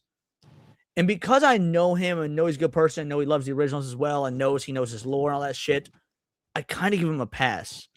But god damn it, I would love to do a debate stream, just he and I, about why he likes to like that would be the debate prompt, is like originals versus remakes. Oh, that would be fun. Originals, he takes stance of the remakes. And we fucking debate it out with a moderator, again, full on opening statements and shit. Because I love traditional, because there's an art to debate, right? It's not just yelling over the other person. Opening statements, cross-ex, closing statements, questions from audience, stuff like that. I think those are great. We could get a fucking unbiased moderator. I'd even let you choose the unbiased moderator. That'd be awesome. Because my Resident Evil tapes are top tier, and I think I would destroy you. But maybe I'll lose. We'll see. Either way, I do respect Andrew more than, frankly, any fan of the remakes. Appreciate you, homie. Matt Staver coming in with a 20 banger, says this much. That did put us over the edge. It absolutely did. You're a fucking legend. Let's play, y'all. We've gotten several super chats, so I'll play you guys a couple of clips. I've been slacking on that because usually I let Cindy handle all this stuff. So shout out. This is for you. Name one word that starts with G pronounced like J. Gentrification. Shoot, should have thought of that. I was just in San Francisco. And because we have not been racist enough, this is also for you guys that have donated. Thank you oh so much. I know now that it could never work between us. Not because you're a rabbit, but because you're black. Again, thank you guys oh so much for the super chats. It means the absolute wild to me. Truly appreciated. Because let me tell you, taking 5 days off streaming kind of fought. It did hit hard since I do this for a living. But it was absolutely worth it, necessary, and I loved the vacation. It was everything I needed. Alrighty. So before we do the reaction, Sevi, do you want to tell them how this all started? What you and I did just on a fucking whim, even though neither of us eat sweets or sugar. Yeah. We were walking around. Apparently, it was was it like halfway midpoint It to was halfway to Halloween. Yeah, we ended up halfway in Salem. to Halloween festival in Salem that we just so happened to run into. And there's all these weirdos dressed in weird ass costumes. It was wild. Although some costumes were pretty cool. There was that Beetlejuice one. The Beetlejuice couple was awesome. Yeah, the Beetlejuice couple was really amazing with like the face and everything and the teeth. It was really cool. So that was cool, but there were a lot of gay people there. It was kind of wild. And we're walking around, and then we're trying to decide, well, do we want to keep walking around or do we want to leave? And then I see in the distance this like big ass sign, like big circle sign that says candy shop. And because I know Leon doesn't like candy, I say, let's go to the candy shop. You know, I said it as a joke, and he's like, why not? It was like, okay, I guess we're going to the candy shop. And there was a lot of really fun stuff in there. So while I was walking around, there was like these mood chocolate things, and I was like, oh my god, bars. Yeah, they were moody bars, and I got really excited. I was like, oh my god, look at this, Leon. I started taking pictures, and he's like waiting for some stupid joke. It's like, no, I'm just taking pictures for my Instagram so I can make a reel in my Instagram. And we're walking around, and then he spots it. He spots something particular, and he got a little twinkle in his eye. He's like, oh, this is it. This is gonna be it. So, coming this Friday to Neon Leon, we're going to be doing quite the grift stream because Little Nitro, world's hottest gummy bear. Guys, they would not let me legally purchase this until I read the warning on the back so that I didn't sue them. That's not a joke, by the way, is it, Sevi? The girl kind of refused to sell it to me until I read the warning label. She did until you, and not just read. I mean, yes, read, but then also verbally confirm that you read the disclaimer, so you wouldn't go back and sue their ass. So, this is what the back says. From Flamethrower Candy Company comes the next experience for those who seek the heat. Little Nitro has been infused with our signature 9 million Scoville unit chili extract, making this 900 times hotter than a jalapeno. 900 times hotter than a jalapeno. Guys, this one single gummy bear, let's put this up to, it's roughly a thing of, chapstick. No, it's like a thing of Tylenol, but about the size of a chapstick. For size comparison, this one gummy bear, $20 fucking dollars. $20 for a single gummy bear, 900 times hotter than a jalapeno. So, this coming Neon Leon, we're going to be doing a grift stream. And by grift stream, I mean me and Cindy for sure. I'll invite you, Sev, absolutely. If we hit 500, I will eat it on air. And I will have something prepped. I've got this idea of having Cindy or Sev or someone prepare a slideshow of me doing like 1-sentence reviews for anything, like 1-sentence review for Dragon Ball, 1-sentence review for food, just whatever. And I have to try and get through speed running these reviews while I'm dying of 900 times hotter than a Carolina Reaper. But we will have to get past 500 on Neon Leon. We can do it, chat. Come on, we could do it. You all want to see Leon in pain. Yeah. So that was a complete accidental find. I can't believe they charged us $20 for a gummy bear. But it was like 25, but yeah. It was crazy. It was a lot. It was a lot of fucking money for a tiny fucking gummy bear. But that is a gummy bear is $20 and it's hotter than like one of those So I've actually done the Pocky Chip Challenge, and here's the thing. While it sucked, it wasn't unmanageable. I also did the Pocky Chip Challenge at work. This is back when I had a day job like a fucking adult. Not knowing that within 30 minutes of doing the Pocky Chip Challenge, I had a performance review. So I went into my performance review dying. It was awesome. Speedy Cake for a 10 banger. If you haven't seen it yet, the Resident Evil fan film came out on the Residents of Evil YouTube channel. I've not seen their newest one. I did watch the Keeper's Diary, but I've not seen their newest one. Also, don't know about you, but I enjoyed the film where they fight on Alcatraz, almost the whole Resident Evil cast. I mostly like that film. Dead Island, by the way, or Death Island. I don't like the fact that they use Jill's Resident Evil 3 remake model. Not even because I hate that model. I mean, I do, but that's not the reason. It's 20 years after Resident Evil 3 remake. She shouldn't fucking look like that. Like it's been 20 years. Like they should use a different model. It completely breaks the immersion. But aside from that, I do like the Death Island movie. Yes, thank you for the 10 banger. Vel Drain with a 2 banger. Game of the Year, Aphelion. Only devs are playing it. Never even heard of this. Sev, have you? No, but that's hilarious. The only people who are playing it are the developers. Let's play y'all a clip real quick. Truly appreciate you. This is for you. And considering we're just talking about me eating the world's hottest gummy bear, I'm sure this clip is going to be apt. So here's the deal. Life doesn't always want to be your friend. Sometimes it'll feel like life wants to hurt you. That was a downer.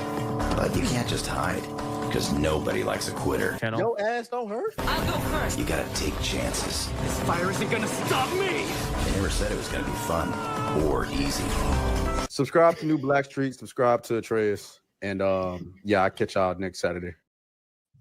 So yeah, my ass is probably going to be in pain. And Kevin A. Wolf, by the way, for the record, says Sonic Taurus, Sonic in the games doesn't have base speed anywhere remotely near the conversational light speed, usually between 767 and 7800. Wrong. So while you're correct about the light speed stuff in the games, true. The speedometer in the games contradicts the vocal lore, which is usually beyond the sound barrier. He doesn't get beyond light until supersonic. But as I just put in chat, I will always default to Archie Sonic specs because they're fucking better. So yeah, no, I will go off the verbal lore versus what the in-game mechanics show, because that's actually character speaking in universe, and in universe Sonic is still faster than sound in games. Yo. When Atreus made that comment, that clip is from like 5-6 months ago. We didn't know about the butt plug yet. That's a good point. I don't know. I think he on something. Yeah, Oh, that is a new type of Leon's butthole fund. You're telling me. Alrighty, let's pull up that trailer and we'll react to it. Yay. Yay. After you said I will never watch this trailer. Yeah, but I'm also a grifter, so you know. All right, let's. If you get the Vitamin one, you can stream on the other side. All right, we gotta get some high rollers from Neon Leon. It's gonna be a hell of a show, but we gotta hit 500. I mean, bare minimum. Yeah, I'm not putting myself to that less for anything less than 500. If it's 900 times hotter than a jalapeno, because I've had Carolina Reaper, and that knocked my ass out. Someone in the chat said that would be 4 times hotter than Carolina Reaper. So, oh my god, that's painful.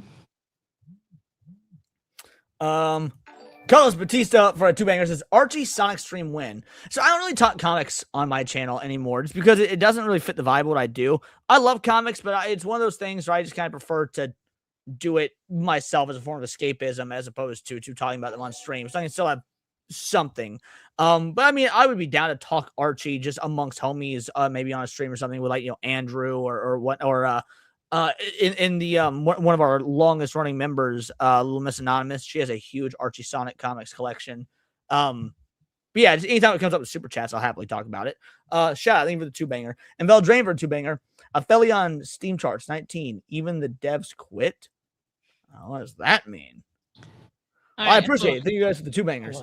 All right. Resident Evil trailer, Zach Kreger. Already have a problem because, like I was saying earlier, there's snow on the ground. The outbreak in Raccoon City takes place in September. In the Midwest, it is still summer for us here. What the fuck are we doing? But let's go.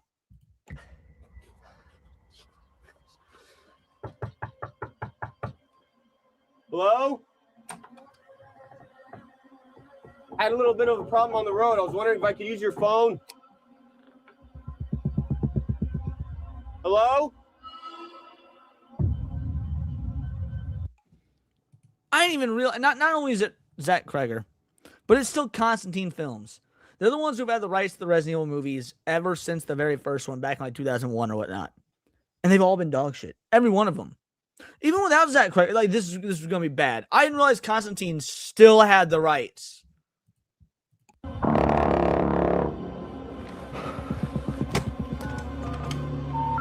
Yes, we're sorry.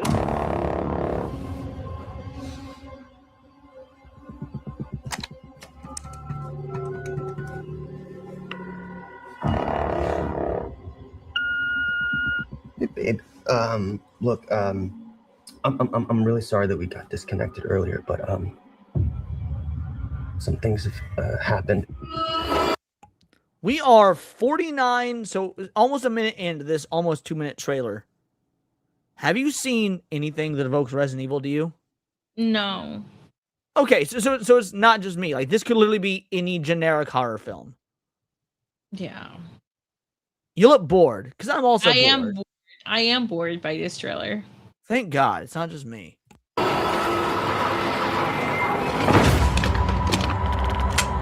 I'm in like a seriously fucked up situation right now.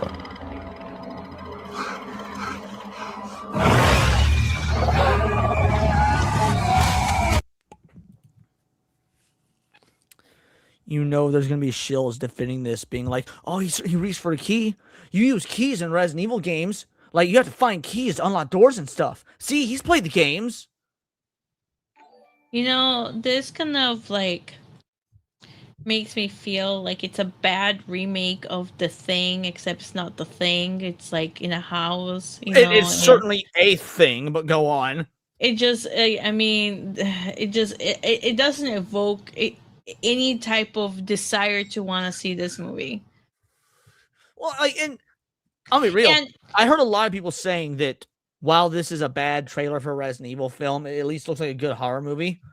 No. Again, so far, I don't even really see good horror movie. I see generic horror movie. This seems to me more like it could be one serial killer trying to kill family. Like maybe it's like Scream. Maybe it's like Scream. Yeah, Scream, Halloween, like generic. Yeah. All right, let's keep going. We still have 53 seconds. And it looks like there's a chance that we might not get to talk to each other again. What the fuck? So he's just making up monsters now. Like, again, as the expert of RE, the Rexpert, if you will, I can confirm to you guys, this is not a monster from really any Resident Evil, but especially not the original Raccoon City outbreak, which is when this movie is supposed to take place. Oh, should I say what I want to say? Jazz is quartering spotted. Oh my god, that's what I was gonna say! Except I was like, I don't know if I should say it! I was like, look, they put quartering in the film. That's diabolical.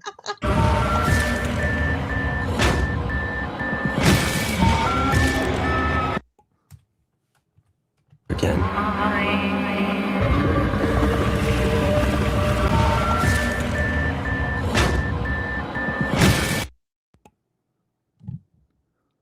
What are we doing? This looks like some Silent Hill shit. There is literally no monster like this in the... And it's not like the original Raccoon City outbreak was only zombies. You had chimeras. You had hunters. What the fuck is this? I mean, the movement of the legs and the arms does give me some Silent Hill vibes. I get far more Silent Hill vibes than Resident Evil vibes from this. Yeah. Maybe this is a Silent Hill. Maybe this is a Silent Hill trailer. Now, to be fair, I would not be I would not be surprised in the slightest if Hollywood screwed up Silent Hill and Resident Evil, be like, oh, famous horror game from the 90s. Let's make a movie. They just completely fucking confused the two. Yeah.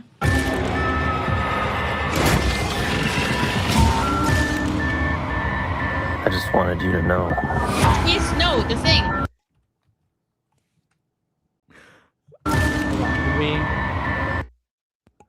I can't even see if this thing says RPD because he's in front of the... I just wanted you to know.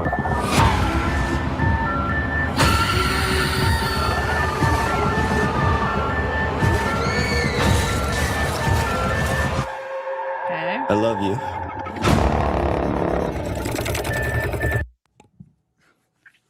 Why is this called Resident Evil? There's nothing Resident Evil about this at all. And again, by the way, to all the people who keep saying it looks like a good horror movie on its own, you know what? I'll save it till the end. I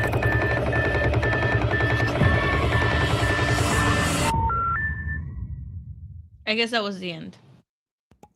Hold on a sec. I just had a thought. Is he trying to be cute about something? When did the outbreak happen in RE3? Because I think it was September 23rd, but maybe I'm off.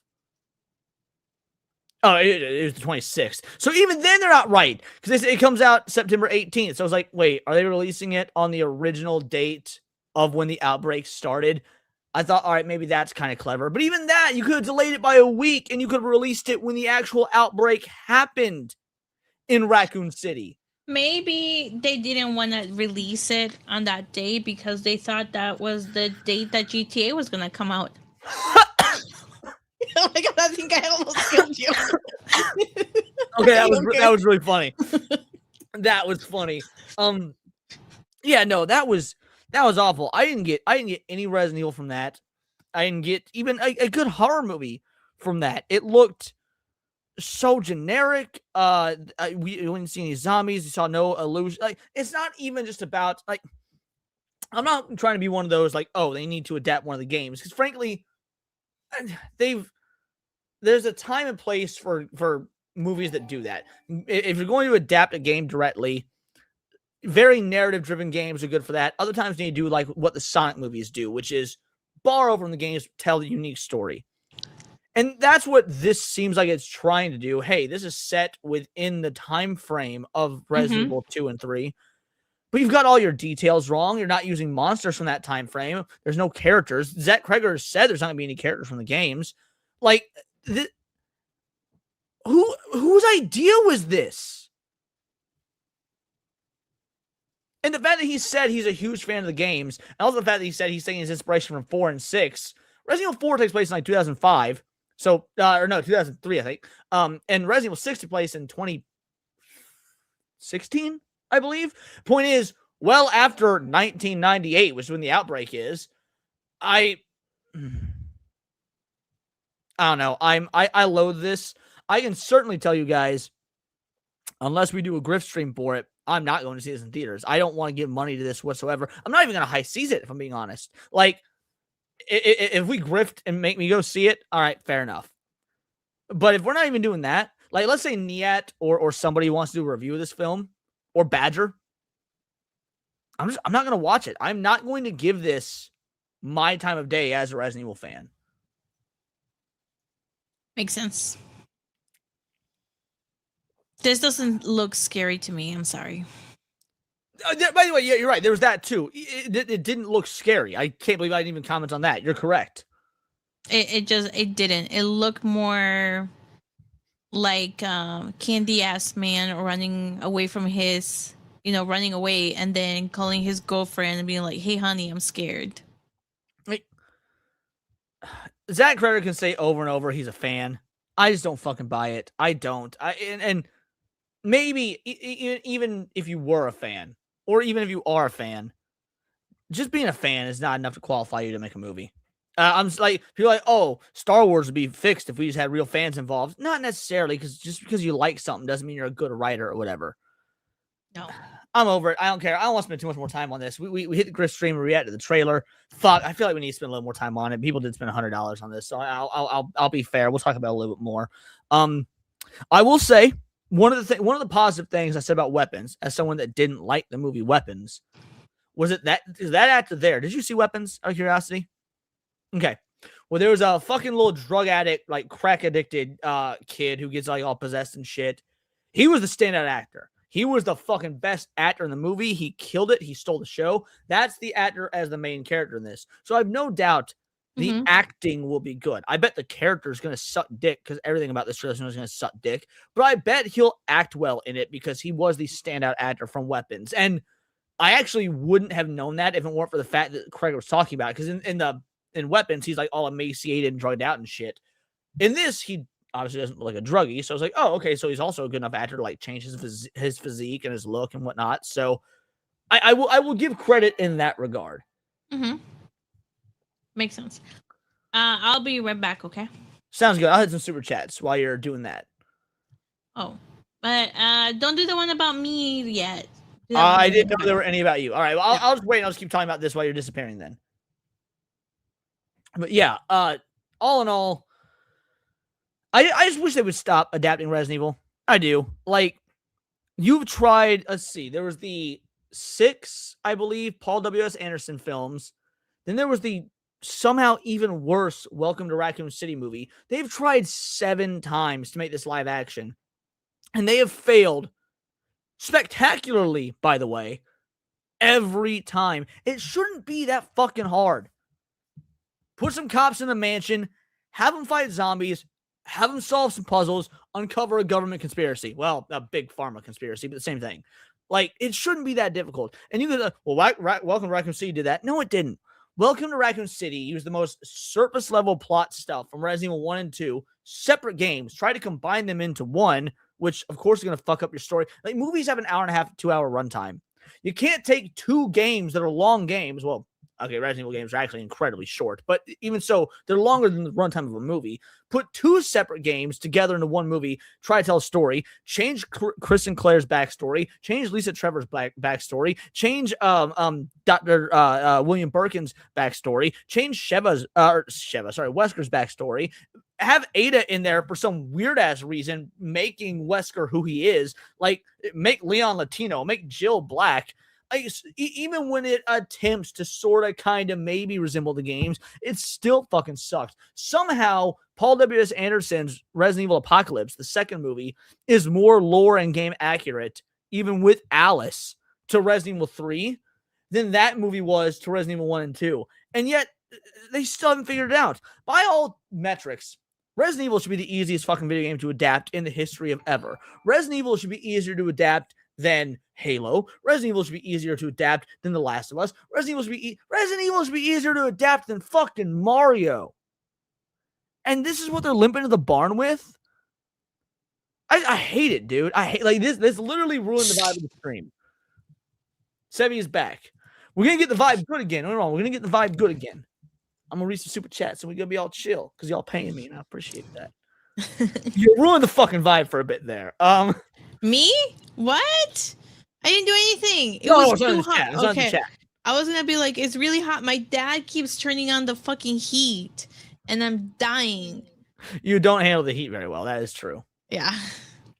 Pipple Up Stars Commander says, looks like a generic creepypasta fan horror film, but even that's not correct. Because guess what we do every Saturday night? Self-plug. Analog Horror Night, where I go over fan-made, well, I mean, they're not really fans because it's not, but you know, the point is, it's homegrown YouTube horror films, basically.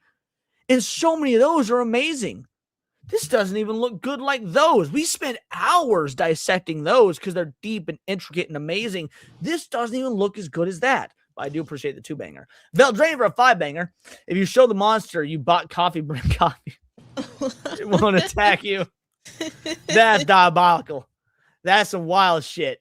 Obi-Wan Kenobi for a 5-banger. Sevi made Leon cough. Usually the role is reversed. Oh. I'll let you respond. Wow. No comment. Should I take your no comment as a compliment? No comment. Fuck this woman. All right, let's. Which none of you guys get to. All right, let's play a clip real quick, and then there's a 10-banger hit. But I'll give all those their own clip. One moment. Here we go. There's nothing more cool than being hugged by someone you like. But if someone tries to touch you in a place or in a way that makes you feel uncomfortable, you touch them back.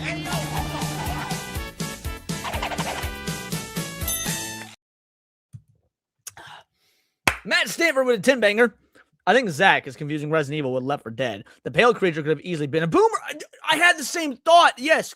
Well, and yes, the creature came out with all the arms and whatnot. You could say that's more Left 4 Dead than Silent Hill. Absolutely. You're right. There actually are more Left 4 Dead vibes in this trailer than there are Resident Evil ones. I completely agree. Oh, I can see that. Yeah, 100%.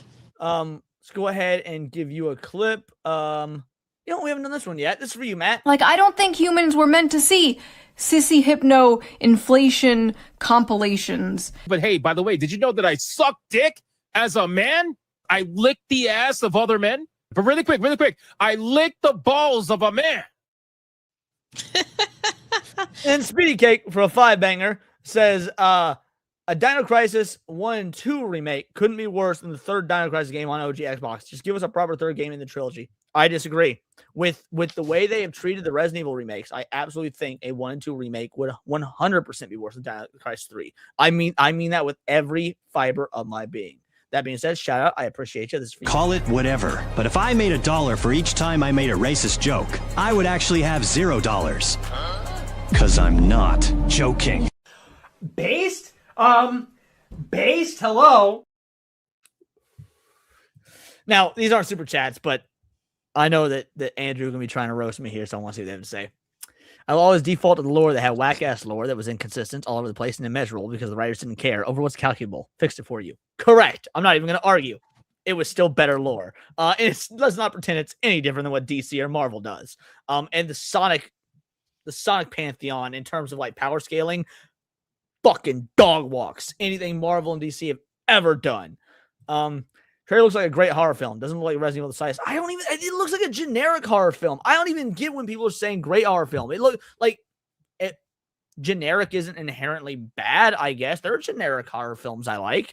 But I don't think it looks like a great horror film. Leon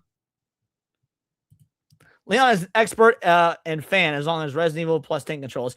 I have beaten the remake games. I've beaten all 3 of them a minimum of 3 times. Resident Evil 2, 3, and 4, I've beaten all 3 of them a minimum of 3 times. I don't want to hear this. I'm an expert with the remakes as well, even if I hate them. Go for it. I was just gonna say, if you guys scroll all the way down Leon's channel, you would see how much he loves the remakes. Because that's what I was doing the other day. I was. To be fair, my charitable remakes. It's like, oh my god! Did you watch my Resident Evil 4 review? I didn't get to that part. I was just if laughing. If you watch my Resident Evil 4 remake review, even from 3 years ago, I was being charitable in that review and still gave it a 6 out of 10. Yeah, and that was me being charitable in that review. But yes, I agree with Andrew. The scene looks like it belongs in The Conjuring, not Resident Evil. Absolutely. As for watching the background movie when it comes out, I can't wait. No, Kane Pixels is involved. Kane Pixels does incredible work. He has, from what I've read, complete creative control. He's the one that wanted to do this movie. Yeah, I actually think the Backrooms movie is going to be good. Have you played the Backrooms?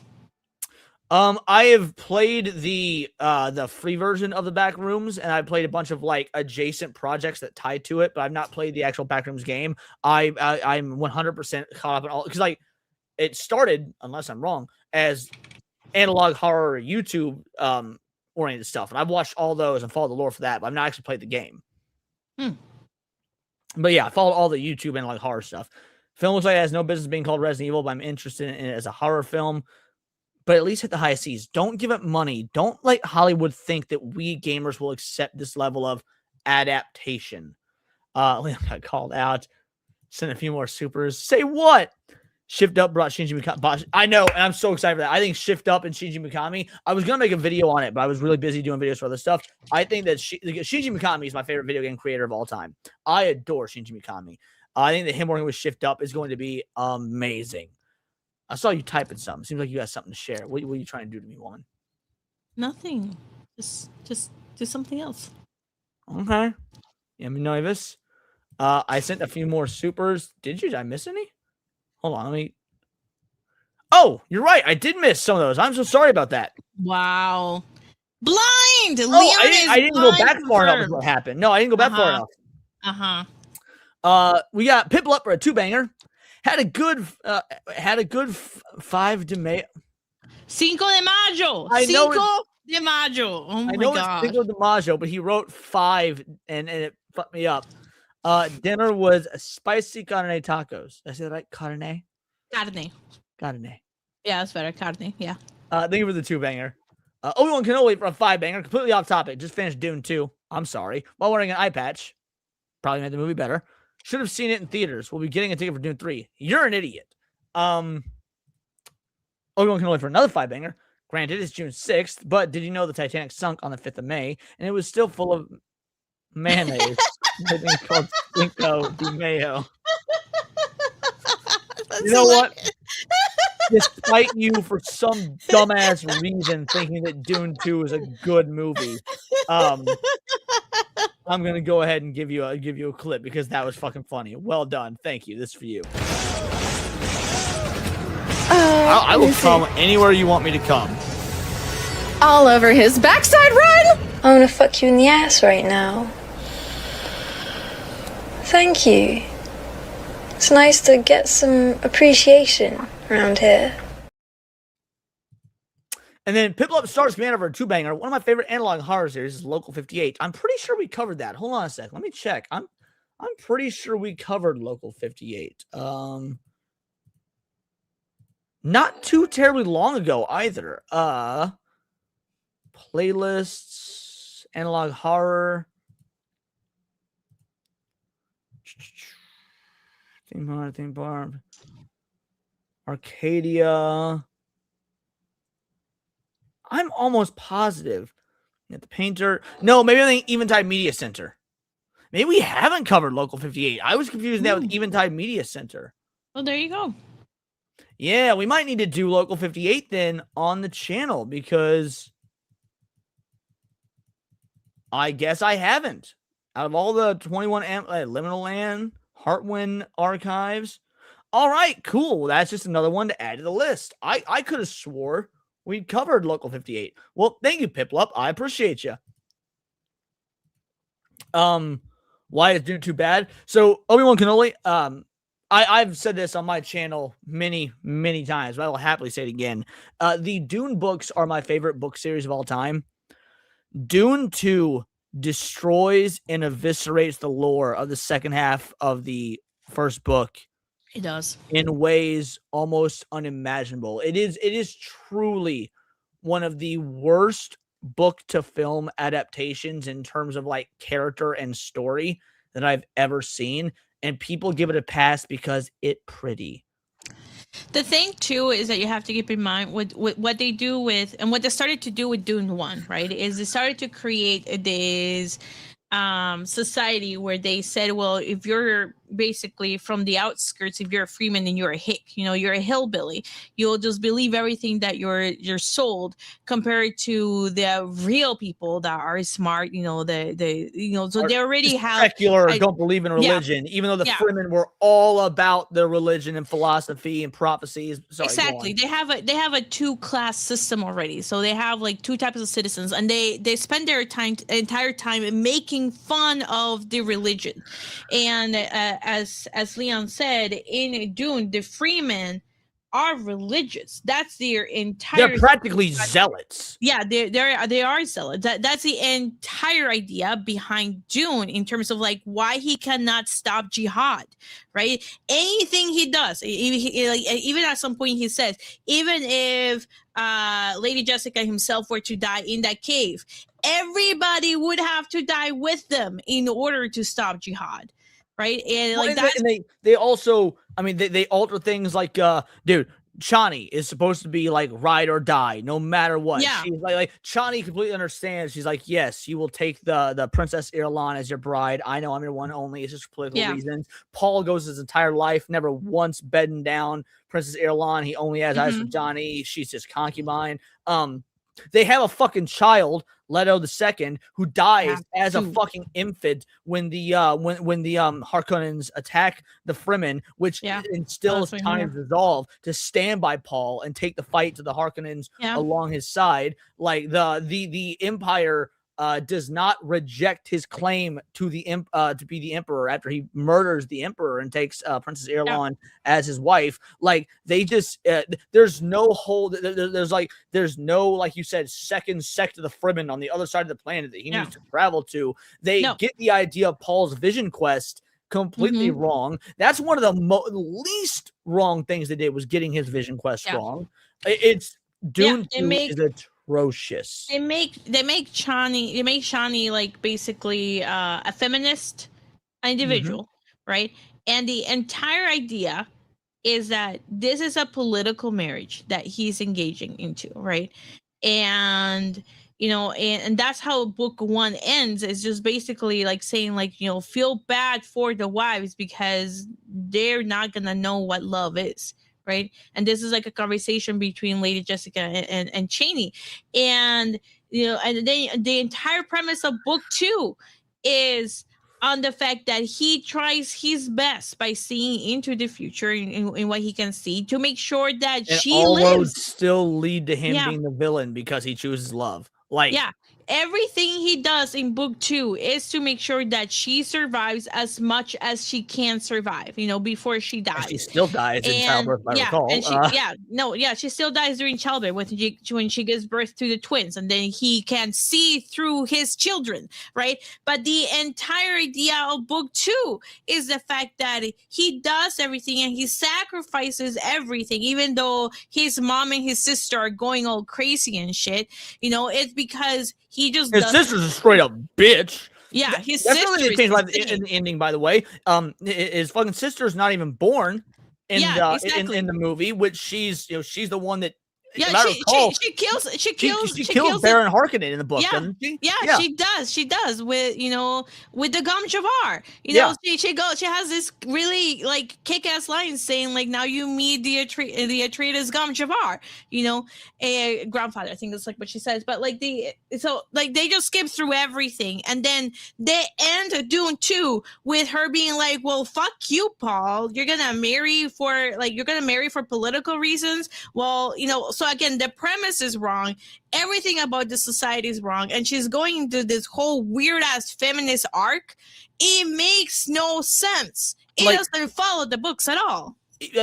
People who hate oh my god, what's her name? The black shit that sucks that everybody hates. Zendaya. People that hate Zendaya be like, oh yeah, it'd be great if she wasn't in it. No actress. Don't get me wrong, I'm a Zendaya hater. No fucking actress can fix this writing. It doesn't matter how bad of an actress you think Zendaya is. The greatest actress in the world playing Chani would still be dog shit because the character is written to be the complete opposite of what she is in the book. Yeah, that story is fucking bullshit. I mean, they're gonna kill it just like they killed the Eye of the World book series, with Amazon. It was fucking bullshit. They took so many privileges out of it. They destroyed the fucking book, and that's what they're doing with Dune. But again, people give it a pass because it looks so pretty. I fucking hate it. By the way, cinematography-wise, it's a brilliant movie. Like in terms of shot composition, things like that. It is a beautifully filmed movie, but it is a fucking embarrassment to the book. That doesn't follow the book. If you wanna go see a good Dune movie, go see the HBO series. Sci-fi, but yes, the sci-fi miniseries. Yeah, the sci-fi miniseries. The sci-fi miniseries are the best rendition. Don't even fucking bother with the movies because the movies fucking suck. Yep, agreed. Hard agree. God, you're hot. Veldrain for a 2-banger. DC remake will have Tyrannosaurus Rex. Oh god, I don't even know what DC remake you're talking about. But shout out, thank you for the 2-banger. All right, let's play y'all a clip real quick. Plan B! This is for everyone you've killed! England, murderer! Hold your fire! This man isn't black!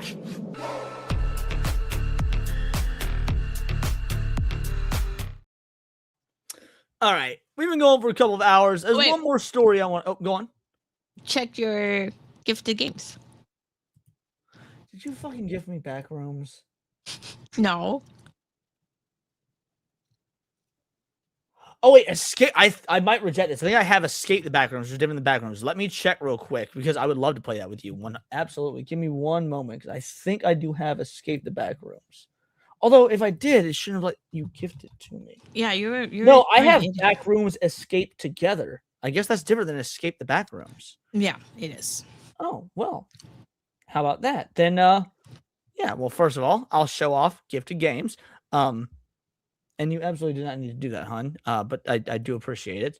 I think it would be really cool for us to play it. I would love to play it together. Absolutely. So says, let's play this one, babe, and escape the backrooms. Well, I will accept your gift on May the 6th. Shout out. Thank you so much, hon. You're welcome, babe. That would be a cool stream. Yeah, I would absolutely. I don't know if we'll stream or not, but I would absolutely be down to do so. You and I talked about doing some gaming streams together once we were back from Boston. So yeah, We I can haven't do read that the one. book, but I did like the second one, and that's the thing. Yeah. And no offense, Obi-Wan, but you're no different than Resident Evil tourists in that regard. People who've never played Resident Evil 2, 3, 4, they play the remakes. Oh, they love them. They don't realize what a fucking destruction they are to the actual source material. Oh, look, we have somebody in chat that didn't know we were dating. Oh, March? Yeah, March. I have read the Resident Evil novels by S.D. Perry. I think they're I was going to say awesome, incredible, actually. In fact, in ninth or 10th grade, I did a book report on the Umbrella Conspiracy, the first book in the series. Yeah, but the thing you have to keep in mind, Obi-Wan, is like I've read the books over and over and over again. Like that. I didn't know that about you, I don't think. I don't know if you've ever told me that.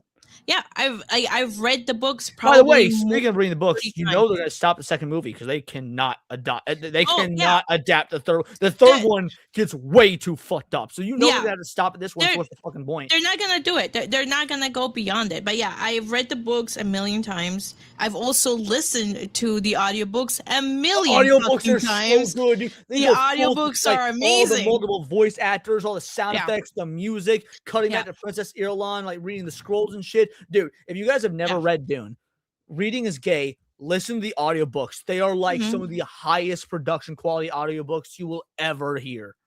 Yeah, for sure. So yeah, it's fun. So like one of the things I do, like if I'm not talking to you on the phone when I'm driving into work, I'll listen to audiobooks, and that's one of the audiobooks that I go to. So I alternate between, like for audiobooks, I alternate between Harry Potter and then Dune. Children of Doom was okay. See, I didn't watch the Children of Doom sci-fi series. I watched Dune and Doom Messiah, but I did not watch the Children of Doom one. The Children of Dune was okay. I wouldn't say it was as good as the other ones, as Messiah, but it was still pretty good.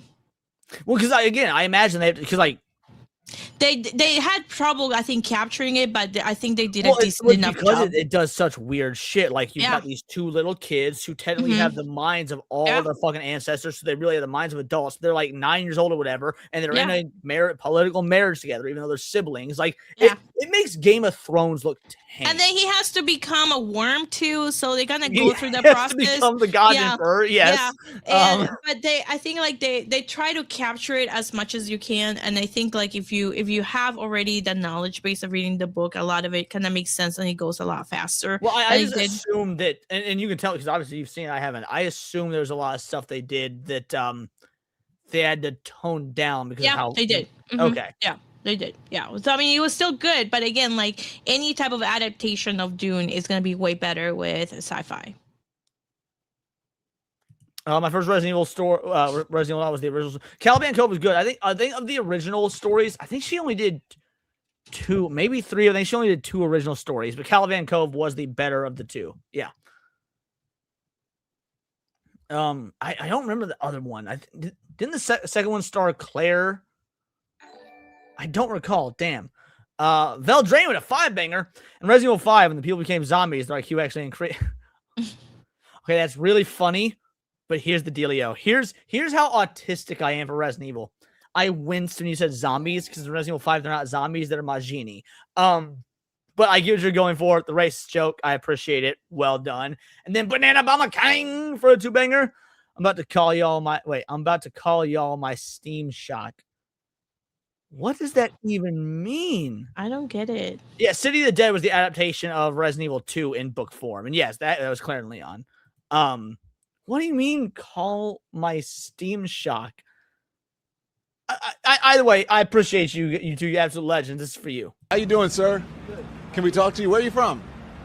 You live in New York? Who are you? Don Lemon. You're a fucking moron, dude. But I know Sydney's streaming. I know AJ's streaming. We've been going 2 hours. So I don't want to go too much terribly longer. But I do have one more thing I want to cover.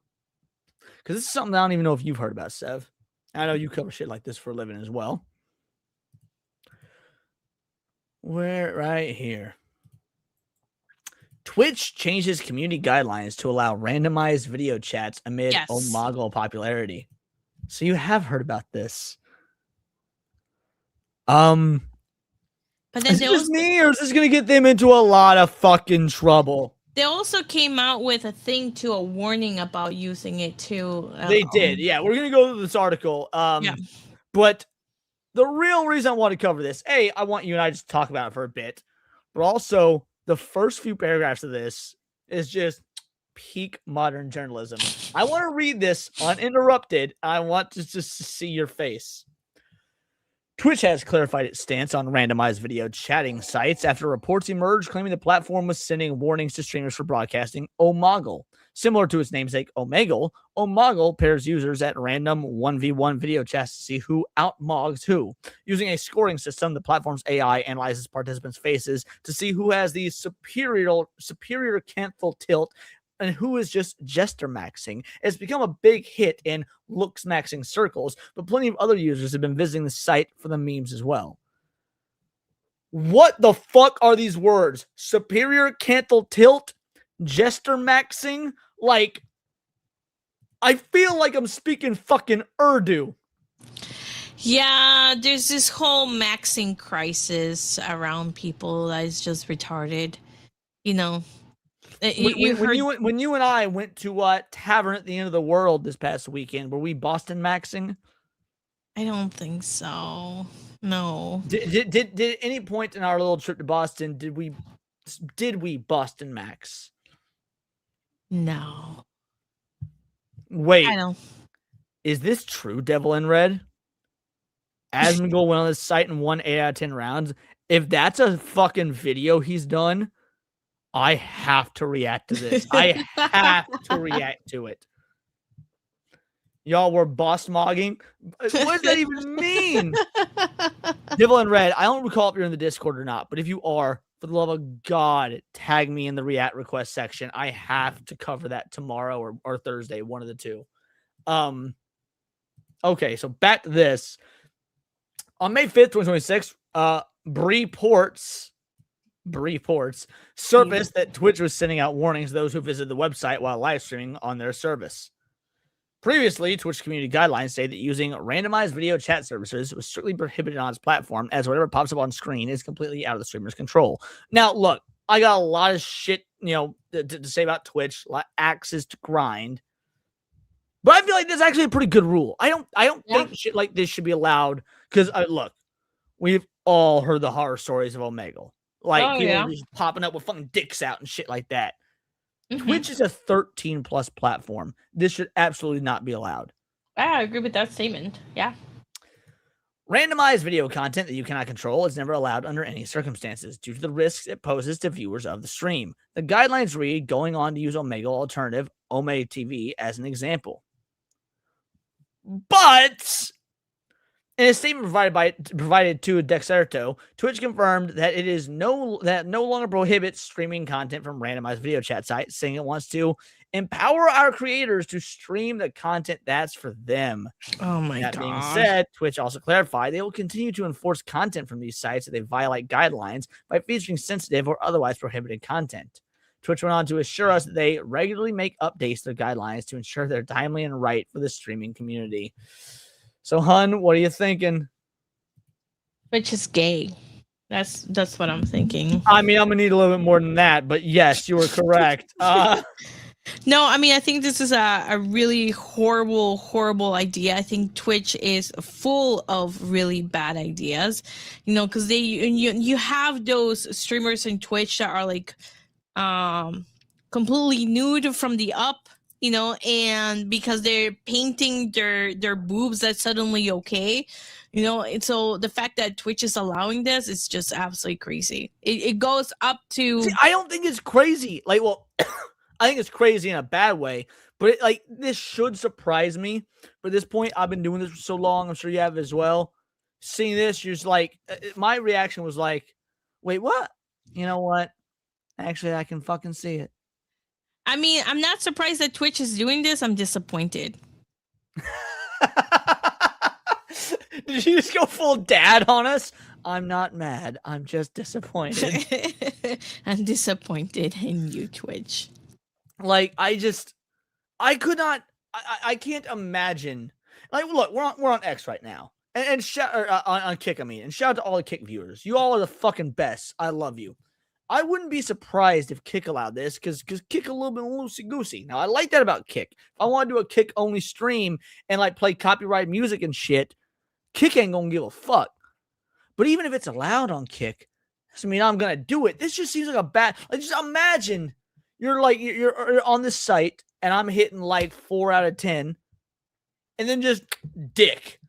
I'm not willing to risk it, bro. Yeah, kids will, and that's the big bitch of the bunch. Like, obviously, one of the biggest grifts that the governments pull is like, think of the children. Yeah. And while I hate that they're doing things like, you know, online ID verification and age verification, and like they're using things of the children as the argument, and that's terrible. It's awful. It's just it is a ploy to get you to give up your rights to anonymity on the internet. That being said, platforms like Twitch and Kick have a moral and ethical responsibility on their own to absolutely protect children without government mandate to do so. So by them being a 13 plus platform and allowing this, it is fucked up. Do what again? Think of the children. Is that what you want me to do again? Anyway, like this should absolutely not be allowed. This is begging for fucking 13-year-old boys to see dicks. Maybe that's what they want. You know, I hadn't considered that angle, but I think you actually might be right. Fuck. Well, I think that's enough streaming for today. Guys, all in all, thank you so much for the very warm welcome comeback stream. This was awesome. You're all absolute fucking legends. Babe, anything you want to say before we boogie on out of here? I need to set up a raid while we do so. I think I'll raid Cinny on Kick and AJ if he's still live on YouTube. And if he's not live anymore, I'll raid Cinny there as well. But I want to give my boy AJ some love. So, all right, while I'm doing that, let me know if you got anything, babe. Nope. Just come and check out my video. I did a recent video on Sony requiring okay, how about you pump this shit up, because your video is fucking killing it. It's amazing. Dude, that video hits more like this is like your 4th video. Yeah. And it's doing better than the vast majority of the videos I usually put out when I do this shit daily when I'm on vacation. So how about you pump this shit up, because people need to see your video, hun. Oh God. Go see it or Leon will stab you. There you go. Well, you're the Latina. Stabbing's more your thing. I'm more of a use guns type of guy. Fine. Let me explain. So this is what's going on. Age verification is happening. They're requiring your ID in the UK, and it's being rolled out in the US right now. So if you think you're not affected, you will be. So go check out my video, because I dissect the entire thing and talk about what we have to do here in the US to make sure to stop it. And for the people that don't know in the chat, you're a lawyer. Like, that's your day job. You're a fucking lawyer. You know what you're talking about. Yeah, exactly. Yeah. So that's the video. It's a call to action. Guys, It I dissects bagged the a entire fucking thing. hot Check it Latina out. lawyer. Am I not just the fucking best? Sorry, go on. Is this supposed to be my chill or your ego boost? I'm just saying, like, who won at life here? Go on. No, that's it. Go check it out. And she also streams nearly every day at 7 p.m. Well, you stream every day, but not always on your channel. So nearly every day on your channel at 7 p.m. And then on Mondays, you're on 3PO. Before that, on the Monday Hangover, and on Wednesdays I'm with G&G. G&G, that's what it is. I know you have a Wednesday stream. I was blanking on who, because I've been drinking. G&G. As for me, guys, streams every day. They will resume starting tomorrow. This was sort of a one-off weird catch-up stream. I appreciate all y'all for all of that. You're absolute legends for making the stream go off without a fucking hitch. And I'll be back tomorrow with the lunch hour. There is plenty to talk about in terms of stuff that happened like just today that we'll get to dissect tomorrow. Politics, pop culture, the whole nine. So I'll see you at 1 o'clock p.m. Central Standard Time. On YouTube, we're going to raid Abomination AJ. I want all of y'all to come and do a stream and type in Vital Idol Raid. I want you to do the same thing for Cinny over on Kick. Type in Vital Idol Raid. And until next time, it is all here in the Nerd. Oh, you got one super chat though. Oh, look at that. War Wizard for Dubanger. Sevi loves femboys with bad aim, you mean? You have a response, dear? He's not a femboy. He has bad aim though. I'll take what I can get. Guys, until next time, it's all here in the Nerdosphere, and this has been Words of Paradise.